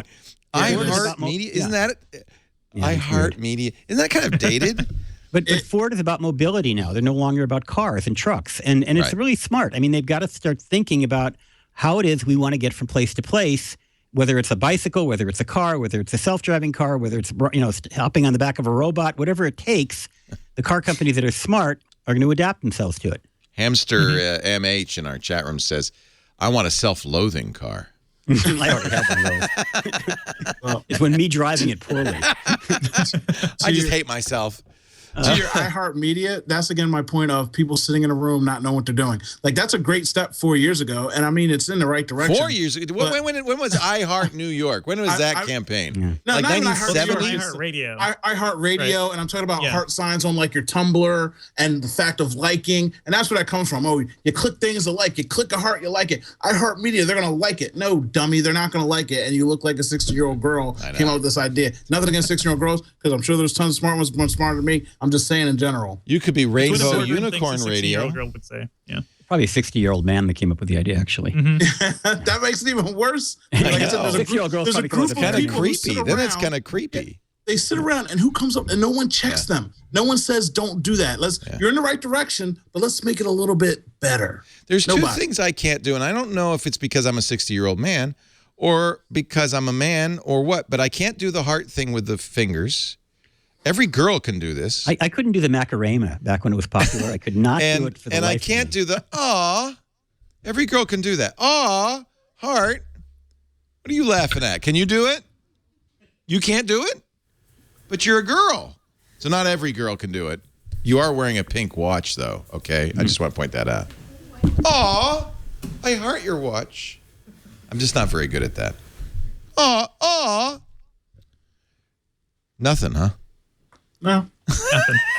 No, iHeartMedia. They need to change that again. I know they just changed it, but somebody needs to. I know it was like so weird. I actually like Clear Channel better myself. Clear Channel's a great name. That's actually a good name. That's a radio name. Yeah, it really is. Well, it's more than a radio name. It could be a channel and more than It's a clear more than just radio. The real, It's a clear channel. and the problem is Clear and present media. Yeah, clear and present media. That's I think good. I'm on some of those stations too, and it's okay. they're clear. We love them. No, we're not knocking them. No siree. Love that radio. It's got a future there.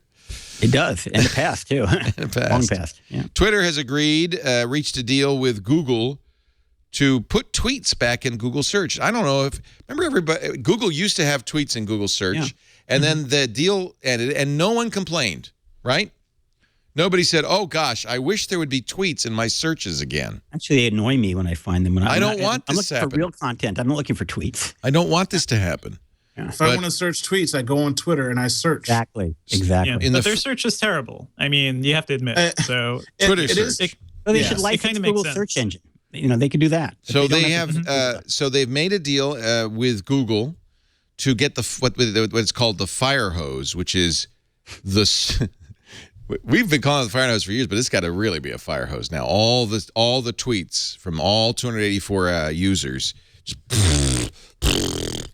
into the Google search engine, which means I guess I don't know. I'm going to vote against this. You're going to start seeing tweets in your search. If I Google Leo Laporte, am I going to get every one of your followers' tweets? Yeah, see, that's what I'm afraid of. Because people use my name in vain. Well, of course. Right. And I don't really want that. I do not want to. Oh, Leo Laporte. I mean, I figure Google's smart enough for that, right? But for me, it's more like if you want to look up something that's happening right now and there's no news stories about it yet, you typically look to Twitter, but Twitter search isn't very good. Right. So for me, it makes sense having it all on one screen. Okay. Like there have been incidents here in New York where I see a car crash or I see like a street is closed down. I'm like, what is going on here? And Twitter is the way I figure that out. But that's after a lot of like culling through junk Twitter feeds and things like that. So it could be good, but it's true. When somebody asks me, did a celebrity die? What the old days, you turn on the radio or you turn on CNN. No, you just go to Twitter. Right. It's like so much faster. Sometimes a little inaccurate. The problem is with that too is I still need to go to some reliable source because I can't trust people's tweets. I mean, people pass around the Onion post like it's gospel, and then they realize it says the Onion. I mean, I've seen people go half a day, 30 comments deep, and I'm like, you know this is the Onion, right? And then I delete all those people. But I'm just saying, like, you still have to check from somewhere. So a whole bunch of it's all about following the link, though. Yeah. Yeah. Are you still paying the 5-cent post office tax on every email you send? I'm still getting messages telling you about the law that's about to come into. I knew that was true. It's true. Twitter stock pops as company tops earnings expectations. This is another Twitter story. I guess good news for Twitter because for a long time the assumption was unless Twitter grows at this same torrid pace with new users, it's not going to do well in the stock market. But because they didn't grow as fast, but their earnings were good, the stock did well, and that's actually a good thing for Twitter because that was becoming a problem. The issue of having to grow at this crazy rate. They almost doubled quarterly sales. Like, honestly, the expectations for Twitter was starting to worry me because I think, of all these services, it's probably the one I use the most and rely on the most every day. And I didn't want it just to die in a year or two just because it didn't get enough users. But I think people are realizing, hey, they're actually making money. So maybe let's not focus on how many new people they can add. Let's focus on what they can do with the people they already have. Yeah, people were concerned because last quarter, Instagram actually surpassed Twitter's monthly active users. Right. And there was some real concern that this is going to hurt Twitter. It also is bad because it was forcing Twitter to just do whatever it could to increase user growth, which often meant that the quality of what was on Twitter went downhill. In other words, they were not blocking junk accounts, spam accounts, troll accounts because they needed the numbers. And there's all these auto-posting accounts. I mean, I'm flattered every time I write a column for the Huffington Post that 1,000 people tweet about it, but I wonder how many of those are bots that actually just automatically do that. Have you noticed what's happening to me lately is stuff that happened a long time ago is getting retweeted. Yeah, I noticed that too. Somebody just posted, Twit covers the Apple iPhone announcement yesterday. I had a panic this morning. There was a tweet that said that I was giving a talk at a conference. And I said, wait a minute. I spoke at last year's conference. And I said, did I miss the fact that I agreed to give this speech. It turned out that they just today tweeted the fact that I'm going What's to give that a speech. all about? Devindra, do you know what's going on there? I think the bots are just they're trying to make their content look a little more real. And for the longest time, we've seen them just like copying other people's posts and stuff. But maybe interacting with tweets is better for the bots. I don't know. I've never understood, though, how this works. So what these bots are like tweeting normal stuff so that you'll kind of trust them, and then they'll put an ad in? Yeah. Or they'll follow you, or like they'll start, they amass followers in different ways. So once those things hit a certain amount, they could be valuable for ads. Think of like what people do with YouTube when they just like upload random things. They're just trying to build users. Well, the other the thing ads they'll are do just is there.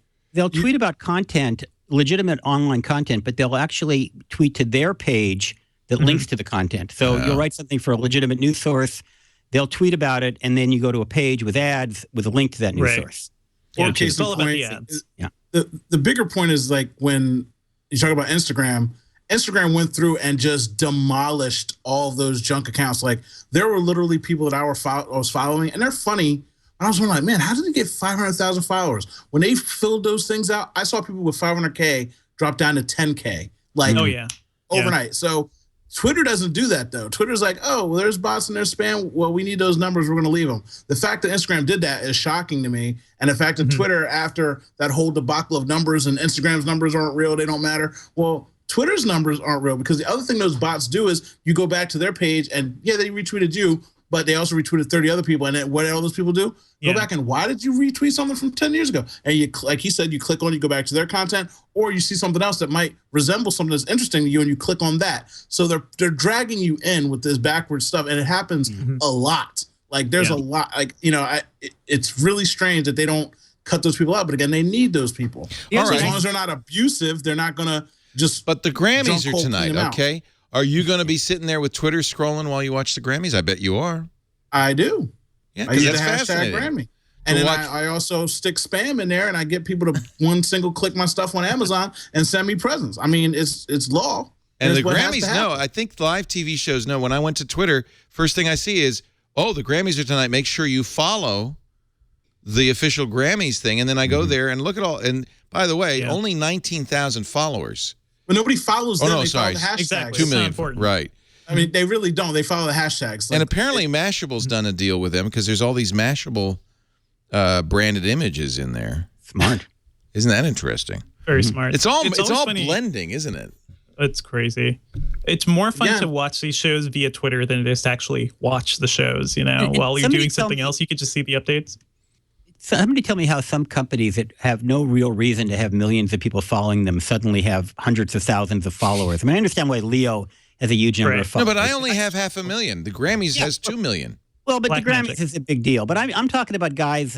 I know a consultant who is not very well known, who has like 50,000 followers. There's no way that he could have amassed that. It's so easy to buy followers. He's buying Can I let you know a little secret? Is that people pay for them. They really do. And it's like people say to me all the time, like when I go out for work, because nobody really knows what I do for a living, but I'm a consultant. So I hear this all the time.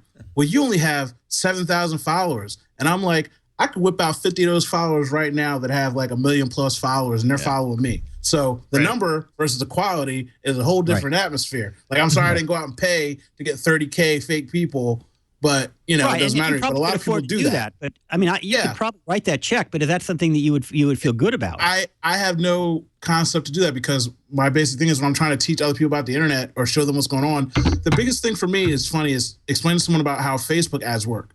People want to dump all this money into Facebook and buying likes for their pages, and I'm like, these are click farms in Istanbul, and then they still make me help them buy them. And then after 2 months, I go back and I show them, like, look, they're not real. And they're like, oh, well, why didn't you tell me that more? And I said, I broke it down for you from the get-go. But in their mind, they just want numbers. They want numbers. They want numbers. Yeah. And they don't care about writing a check. But once those numbers do 0 for you, then somebody realizes, all right, we're going to stop writing these checks because it's useless.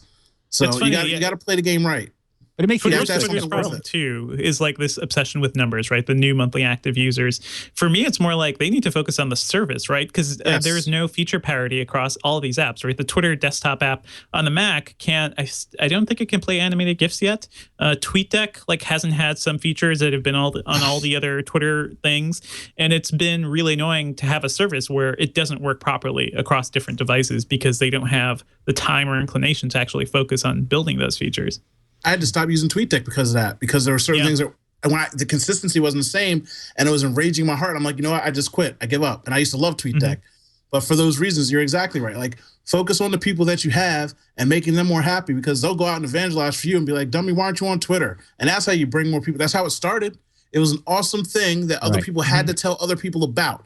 You know what I mean? Like, same thing with the Grammys. They're going to be memes and jokes. And how many people are going to be at their jobs tomorrow with nerds that don't have the internet and say, look at this. Like, oh, really? That's funny. I could get that for free. I'll go download Instafam. And then they'll do it. But that old school telling somebody to do something still works. And they need to focus on those kind of things sometimes. What do you really think? Now, are the Grammys live? Because I think they are now, right? Because that was one of the problems was they were not live on the West Coast, and you couldn't go on Twitter for 3 hours, so that you would know what every. So now everything has to be live across live, right? No more delaying it for the West Coast. The Olympics are never live in the U.S. except for the Olympics. Yeah, but it's not like, I can't go to. They're 3 a.m. I can't go to Twitter because I don't want to know who won the biathlon. Nobody's doing that, Yeah. or are they? Some people are probably. Very few. Let's take a break. Come back with more. Devindra Hardawar from Engadget, Larry Magid from CBS, Owen J.J. Stone. He's a consultant. I should have put my glasses down. I went all thuglicious on people. Isn't I that get to rant. You Larry, said people I'm sorry, don't know Larry. what I do, but I'm a consultant. Isn't that what you say when you don't know what you do? No, I know what I do. Oh, okay. I just don't like to advertise what I do. I work on a referral basis, Uncle Leo. You don't even know where I live, all right? I'm a very popular and special person. Okay, let me give you an example. If I were hiring an Owen J.J. Stone, I could redo Twit in about a weekend and make it look a whole lot better for you if you got off of Drupal and went to WordPress. I mean, I could just do these things. Ooh, I need a WordPress. I could do these things. Don't get me started. Fired. I mean, I'm just saying, Uncle Leo, I could do it for you. Do you know how much we're paying for the Twit redesign? I'm just saying. I know how much money you wasted. I know how much money you threw away to these people. How much? I can help you. If I just hired you for a year, you could probably design a website, right? And Lord it costs knows. less than I paid. If you got off of Drupal and moved to WordPress, yes. But you thinking you're going to get that done in-house on that? It's a very convoluted system. I'm just telling Uncle Leo, let me help you. I love you so much for the love of doing. I haven't said anything to you about it because I don't want to make you upset. Hey, Owen, don't talk to Leo. You just made a sale. I need a redesign of connectsafely.org, and it is a WordPress site. So call me up. I do feel it. like Let's Owen, do you it. should just say, I have a set of very special skills. Leo, there's a reason why I'm sitting here. I'm not just sitting here for my good looks. People on the internet know me. I'm telling you, Leo, I hang out with a very illicit crowd. I don't need one of those a year to live nice. I don't have to work hard, Leo. I do like 2 or 3 projects. Do you do a year, Squarespace? and I'm balling. He must be overpriced then. Do you do Squarespace? Because I got to tell you. Save kids. We care about save kids. Do Squarespace. I was looking at Jeff Bridges' new Squarespace. Have you seen this? Actually, this is a good time to do a Squarespace ad. Come to It's think got of it. good sounds. Now He's somebody you should listen to at night to relax to, because that is very relaxing. So he created this website, dreamingwithjeff.com, on Squarespace. And it's actually, I was looking at it, I was thinking, why am I not on Squarespace? What am I, nuts? What am I doing Drupal for? Squarespace is really, I mean, I tell you, Squarespace 7 is amazing. Jeff did his site, dreamingwithjeff.com. Of course, he's from The Big Lebowski and Tron and all that. And you saw it in the Super Bowl ad. You can actually if you go to squarespace.com, go directly to the dreamingwithjeff.com site. It's a little weird, a little spooky, but also I got to say it's really beautiful. And I'm thinking this is a nice platform. 14 new designs. Now you have 30 to choose from, including designs for specific businesses: musicians, artists, architects, restaurants, weddings, e-commerce. Squarespace will let you try it free for 2 weeks, no credit card needed, so you can really see what Squarespace can do. I should be playing. Let's just play a little Dreaming with Jeff in the back. I love that. Look at the cassette. One of the things I do to relax is to hum. I thought I'd give you a little humming tune here. This is one that I find I fall into. I keep waiting for him to say it. I want my carpet, man. You peed on my carpet. Making changes is easier. Live editing on one screen. No more toggling to the preview mode. You get Getty images. You wonder, where did he get these cool images for the album art and all this? Getty images, $10 per image. Social media is built in. Very easy to link up to your Facebook or your Twitter or your Instagram or your Google+. Yep, they support it. Tumblr, YouTube, Pinterest, and more. And e-commerce. See, this is kind of cool. So he put all the e-commerce in here, which is really nice. All of the templates, even the $8 a month site has e-commerce built into it. That's awesome. And by the way, when you sign up for a year, you get the domain name free, and they'll hook it all up. Squarespace.com. If you're interested in creating a great website where you can do e-commerce, if you're a photographer, they've got portfolio sites. A restaurant, they've got great sites for restaurants, musicians, even Jeff Bridges. Go to squarespace.com. Try it free. You don't need a credit card or an offer code. But if you want to buy, when you decide to buy, use the offer code TWIT. You'll get 10% off. They had a Super Bowl ad. They had a Super Bowl ad. Mm-hmm. Yeah, it was Jeff Bridges. I love Jeff Bridges so much. I looked up and I had already saw it on Squarespace. I was like, oh, he's on TV. I love him. That's so nice. I know. That was a good person to pick for that. I mean, if you're going to spend all that money and put it out there, I mean, people love that dude. Like, you can't even be annoyed the fact that he's on there telling you about something that's awesome and the sound of his voice. You should listen to that tonight to go to sleep, Uncle Leo. I agree. That's what it's his whole thing. Squarespace.com. Use offer code TET for 10% off. New weird ads. It's like the Matthew McConaughey and Lincoln ads, right? Yeah, what is the story with that? Yeah, just him expounding on philosophy and life. It's amazing. But it's by the guy who directed Drive also directed those commercials. Yeah. So it's like a really interesting vibe they have going there. You saw the Saturday Night Live takeoff on the. Oh yeah. On the I actually asked the Ford guys about that when I went and interviewed their CEO. They love it. They're doubling down on those commercials. Mm-hmm. So did you ask them if they're effective? Apparently, they're very effective. I mean, I don't know if they actually sell cars, but they get a lot of attention. Well, that's what effective would mean in my book. Well, eventually. Because, Ford, those ads that you had on Twit were very effective. Just saying. Hint, hint. When I see somebody spend, like Squarespace or Ford, spend $4 million for a 30-second ad on Twitter, right. I mean, on the Super Bowl, I'm saying, if you spend $4 million with us, you'd have ads in 2020. You'd have ads for the next 10 years. And you'd actually have people that show the functionality of the devices that they have. Yeah, I don't have understand. a lot of cool stuff. I mean, I just bought another car, and I was looking at a Ford, and my biggest problem was all the technology and stuff. I had to go search for it. And by the time I got to the place, they didn't know what was going on. And I'm like, I shouldn't be sitting in this car teaching you about this car. And I asked to get 2 other people, and they still couldn't do it. I'm like, you know what? Never mind. And there's nowhere online where you can just go. They put it in front of TV shows every once in a while. Oh, what address do I go to? They never show you what you really want to know. Yes, and that's one of the things. That's why they bought Twit. They were on Twit for 2 years. And then at the end of it, they said, well, we're done. I said, oh, but we're doing great for you. They said, yeah, but it was just a podcast. We were just experimenting. Yeah. That's all right.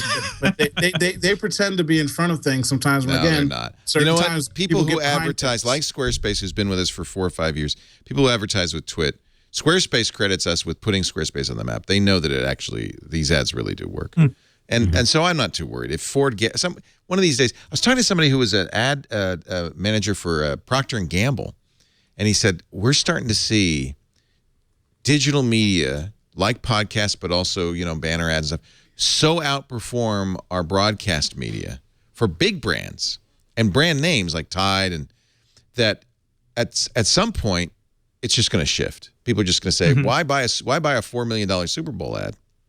You get a lot of, we've been talking about the Super Bowl ads. You get Super Bowl commercials dropping the hashtags. So the folks at Marketing Land keep track of how many hashtags there were. And in the 2014 Super Bowl, 7% of the ads had hashtags, only 50% this year. Wow. So it just shows you thought maybe hashtags were forever? No. Good. No. Yeah. Twitter had 3 ads mentioning Twitter. Facebook had 4. There weren't any ads mentioning Google Plus or Pinterest or YouTube or Instagram. However, 28 of the Super Bowl ads did have just a hashtag. Twitter might say, well, that means us. It's just easier to find the conversations now. You don't need the hashtag, right? I guess that's really true. The company name or something. Yeah, I guess that's really true. And anymore, to be honest with you, like my basic core, like at Super Bowl, what happened to me was I saw 3 commercials. I instantly went to YouTube to go find them, and 2 of them weren't even on YouTube yet, which enraged my heart. Because I'm like, what are you doing? I think it was the Nissan commercial with the dad and the race car driver. I mean, I put in every which word but loose, and it wasn't online. I'm like, no. You're a father. You're a father of a girl. I lost my father. I love my dad. My dad was my best friend, and I'm a sucker for that stuff, boy. And how about the dad? Share it. How about the dad is driving his daughter to the airport to join the military? They got me. I just, but what I do is I go to the video, share it. The only times I ever use a company hashtag on Twitter is when I complain about them. Yeah. I mean, when I was on I think Delta, that's the problem. I used Hash Delta, and boy, did I get service as a result of that. Yeah. But why else am I? They're not paying me to advertise. Why would anybody use it? Okay, when you're watching the Grammys, okay, that's a good time where the Grammys should really say, this is the hashtag you should use. Hashtag the Grammy, or whatever it is. Because I want to know, because I want to snark on the Grammys, and I want to use their hashtag, right? That was the problem with the Super Bowl. The Super Bowl had 3 different hashtags. Yeah, you need a common hashtag. SB49, Super Bowl 49, or Super Bowl. There were 3 different. So following it, I was like, well, what am I doing? So I just gave up after a while. That's an example. So it's not the brand, but the event, you want the hashtag, right? Mm-hmm. It's not. But you don't. I'm never going to hashtag Budweiser. Right. Unless you hate their beer. However, look at this. I would add them maybe. Marketing Land points out that Snapchat, for the first time ever, featured in a Super Bowl ad. The ad was for Pitch Perfect 2, so that's what the young people are, It's a great movie, or at least the first one was great. I loved the first one. Loved the first one. I'm embarrassed to say that I loved it. I had a buddy hanging out with me, and he was like, "We're going to watch Pitch Perfect." I'm like, dude, I was so embarrassed. I told him for 2 days we're on a road trip, and he's like, "We're watching." I'm like, I'm not. No. And then he put it on. I'm like, "Oh," and he's like, "Oh, you like it, don't you?" I'm like, yeah, and then it got me, and I was horrible. So can you do the heart thing? Aw. So okay, love. Aw. I'll pump it for you, Leo. T-Mobile, of course, hashtag uncarrier. They did a lot. I think that would work. That worked for them, I think. Yeah. That works for them. Yep. Avocados. Hashtags is that they can tell you who not to follow on Twitter, right? You can see who the marketers are. It's like, oh, I don't want to see what you're doing. Okay, I loved the avocados from Mexico. They had the first draft ever. Remember, it was like the prehistoric times, and they had the draft. Remember that ad?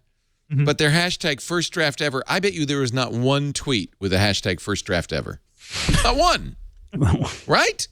Why would you use? Why would I tweet about that? Why? Let me tell you something. I didn't see any of this because I died, so I didn't get a chance to see any of the show or the half. What happened? You died? Yeah. Have you come see that back? Commercial? That nationwide commercial? Oh, that's the worst. Oh, I died, so I didn't get to see any. Hashtag I died. Oh man, it was, and people were like, "Oh, people don't want to see serious commercial." I'm like, not even that it was just serious. It was like I was trying to like this little kid. He's wearing a tuxedo, and I'm like, "Why?" And I finally realized, like, oh, he's on some Sixth Sense stuff. Like I see dead people, and then once I realized, I'm like, this is sad. And I was watching the game, and I was happy, and I was drinking, and now I got a kid that I'm worried about a TV falling on her, and that's not cool. My favorite one. It became a meme, so they got their mileage out of it. But there was a lot of internet meme pictures with "but I died." My favorite one was, "I would have given the ball to Marshawn Lynch." Oh yeah, but I died. I did see that one too. I saw it before I saw the ad, and I thought, I don't get it. And then I saw the ad, and I got it. Yeah, yeah, that was a creepy ad. But you know what? They may have got it. Toyota. Did anybody tweet with the hashtag one bold choice? No, that's not me. I mean, I shared it, but I didn't. And I drive it too. Look at that. BMW hashtag hello future. I don't think these. That's original. Yeah. Well, last year, what car company was it? Was it Maserati had like a spot, and people were like, "Well, why do they spend money on that?" I was like, "Because people that drive a Maserati don't really need commercials." Microsoft. There's no reason for you to put that on TV. I remember when IBM was selling a multi-million-dollar mainframe on the Super Bowl. I'm trying to figure out. There's 10 people in the world who would buy such a computer. But they're all watching. I guess they're all watching. They're all watching. That's an expensive way to reach them. Microsoft Super Bowl ads, which were very touching. The hashtag empowering. Not one tweet. Not one tweet with empower. Oh, hashtag empowering. Radio Shack. We'll end with a sad story. You want to end with a sad story? This is sad. We should have a R.I.P. R.I.P. Radio Shack. I love radio. When I was a kid, I used to go in there. I'd buy one cable. I'd buy one switch. There was a guy who worked there actually knew something about electronics. You go in there now and it's just a miniature Best Buy. It's not what it was.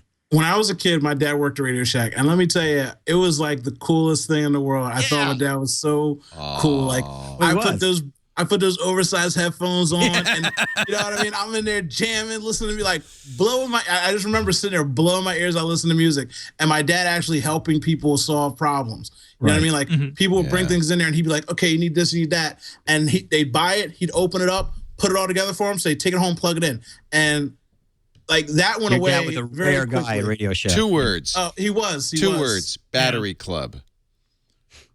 That was good. Yeah, that was good. Yeah. But that's why they went out of business, because you bought one switch, somebody else bought a battery. I mean, it's and Owen's dad spent 3 hours explaining how headphones work. It's not a business. It's funny. It's not a business model. As a person, I that one thing I saw, the page is like 43 things you could buy at Radio Shack in 1980 are now on your cell phone. And it's like, oh, Radio Shack, I feel so bad for you. They put Grandma out the pasture. Grandma taught us a lot. We can understand why Sky Mall died, right? Sky Mall, nobody needs Sky Mall. That doesn't need to be printed anymore. But Radio Shack, that was like legitimately useful. And it shows the failure of the imagination of the company not to like, I agree. Everyone wants gadgets now. Everybody wants tech. It's the hottest thing around. How do you not make that work? And these aren't big stores. These are tiny stores.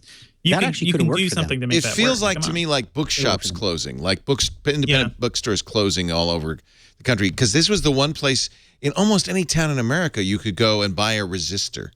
Sure. You know, and they went to the model of selling lower end things instead of moving to the higher end thing. Like remote control trucks and I bought my cell first phones. cell phone. Yeah. I bought my first cell phone from Radio Shack, and it was like $600. Yeah. Like now they sell everything, and it's the worst of everything you could buy. Like they don't have anything current. I don't know if it would have saved no imagination of what you're saying. But I feel like if they'd made every Radio Shack a makerspace. Right, exactly. And they talked about that. They were going to do that, and they never really followed through on it. They did a deal with the Maker Faire, but they never really followed through on it. That was the opportunity. Great idea. Yeah, I agree. agree. And they could have caught a tiger by the tail. Smartwatches are being banned from universities because they're worried that kids are using them to study. What? You mean cheat on tests? Oh, study, cheat. It's a small difference. Come on, Uncle Leo. You study ahead of time. You cheat during the exam. Is that how it works? Stupid exam. I'm studying during the exam. That's all. So it's the next thing universities are blocking, right? Because when I was in school, they didn't allow us to have our laptops, there during class. Although now, and that was like 10 years ago. Now everybody has their smartphones out, probably taking notes on their smartphones. Well, and they banned smartphones, and so the next step, of course, ban smartwatches because What they need to do is change education so that you're testing. I agree. As opposed to memorization, and then you can have all the smartphones you want. We already talked about that. We talked about it, and you're absolutely right. Crazy. It's crazy. Hey, if you missed anything on Twit this week, boy, you missed some good stuff. Let's take a look real quick. Previously on Twit. Let's see. I don't really want the mullet here, so. You don't miss the long hair that much. Have Burke unplug the entire brick house and plug it in there. Yeah, okay. Tech News Today. FCC Chairman Tom Wheeler detailed his plan to reclassify ISPs as common carriers under Title II of the Telecommunications Act. I think you're going to have a big fight on your hands. This is close to the worst case scenario for the ISPs. It's close to the best case scenario for net neutrality advocates.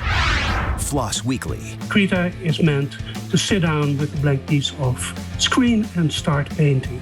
If you can actually draw. If I could draw, It almost fits. It's almost there.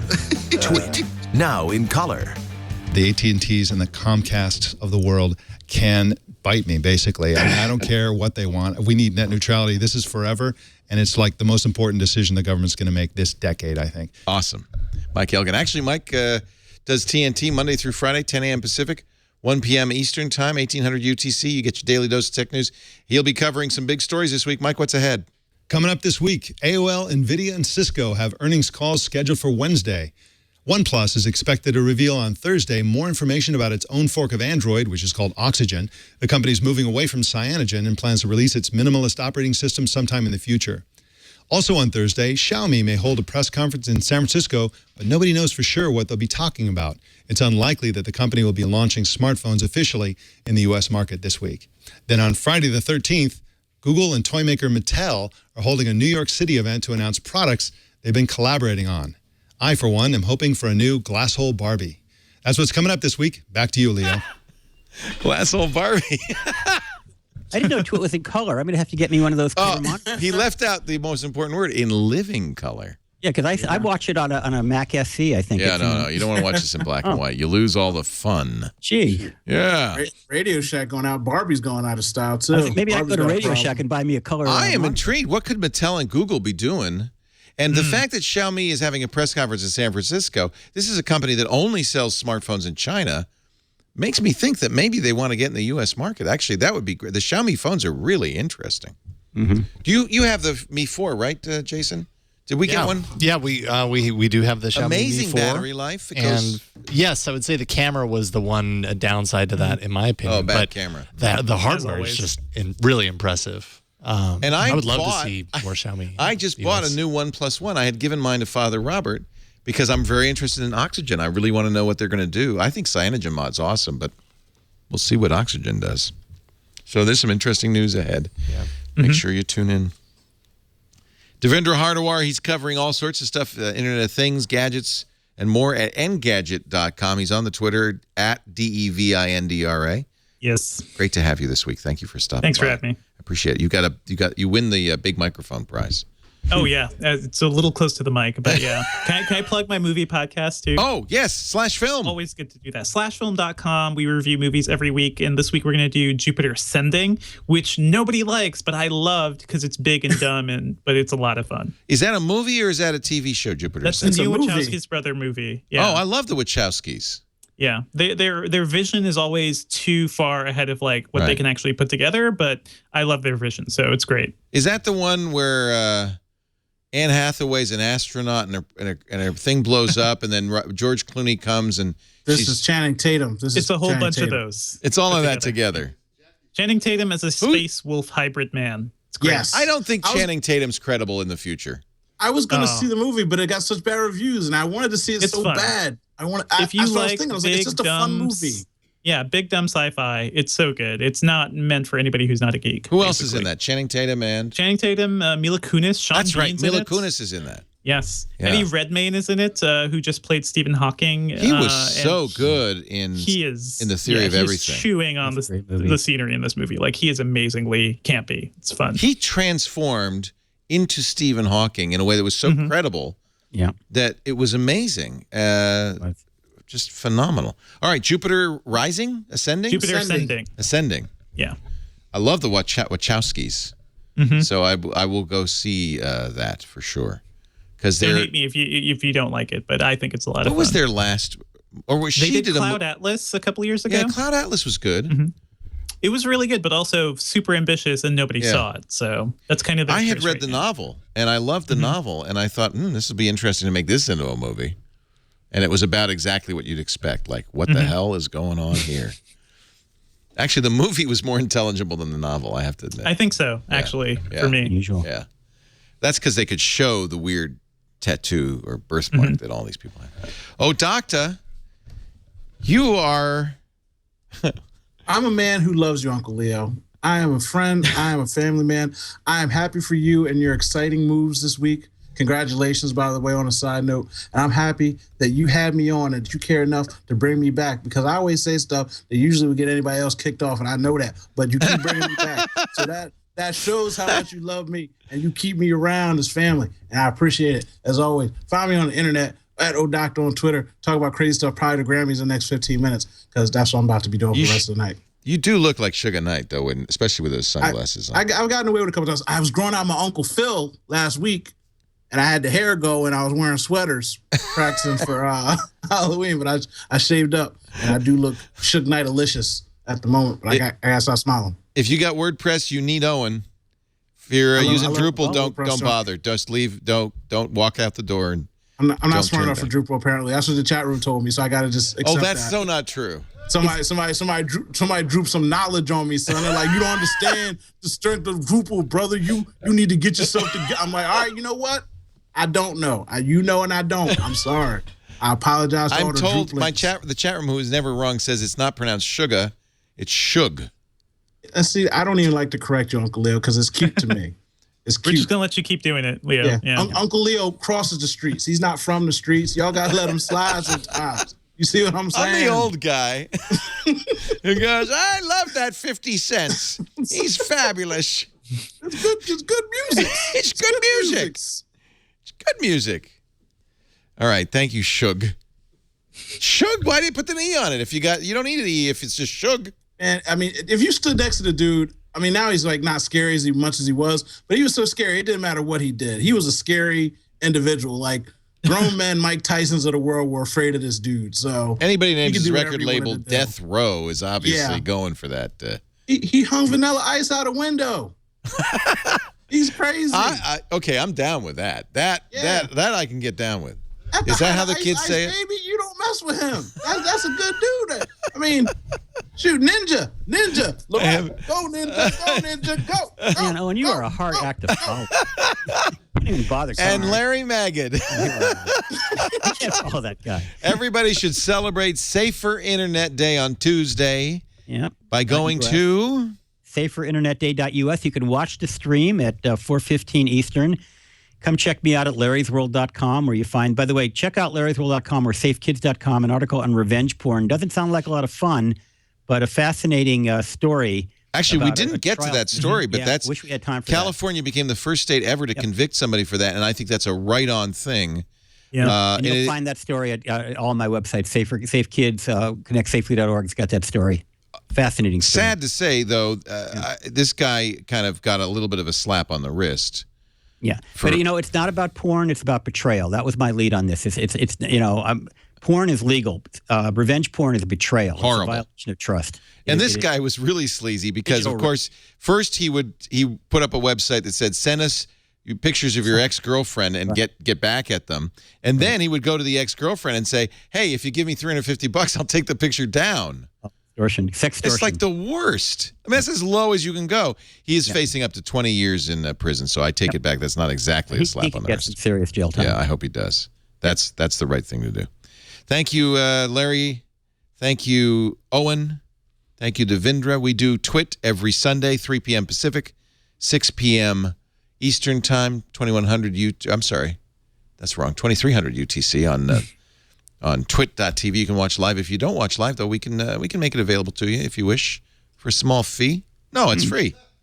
All you got to do is go to the website, twit.tv, and download a copy or iTunes or get the apps. They're all over the place. Roku, iOS, Android, Windows Phone even.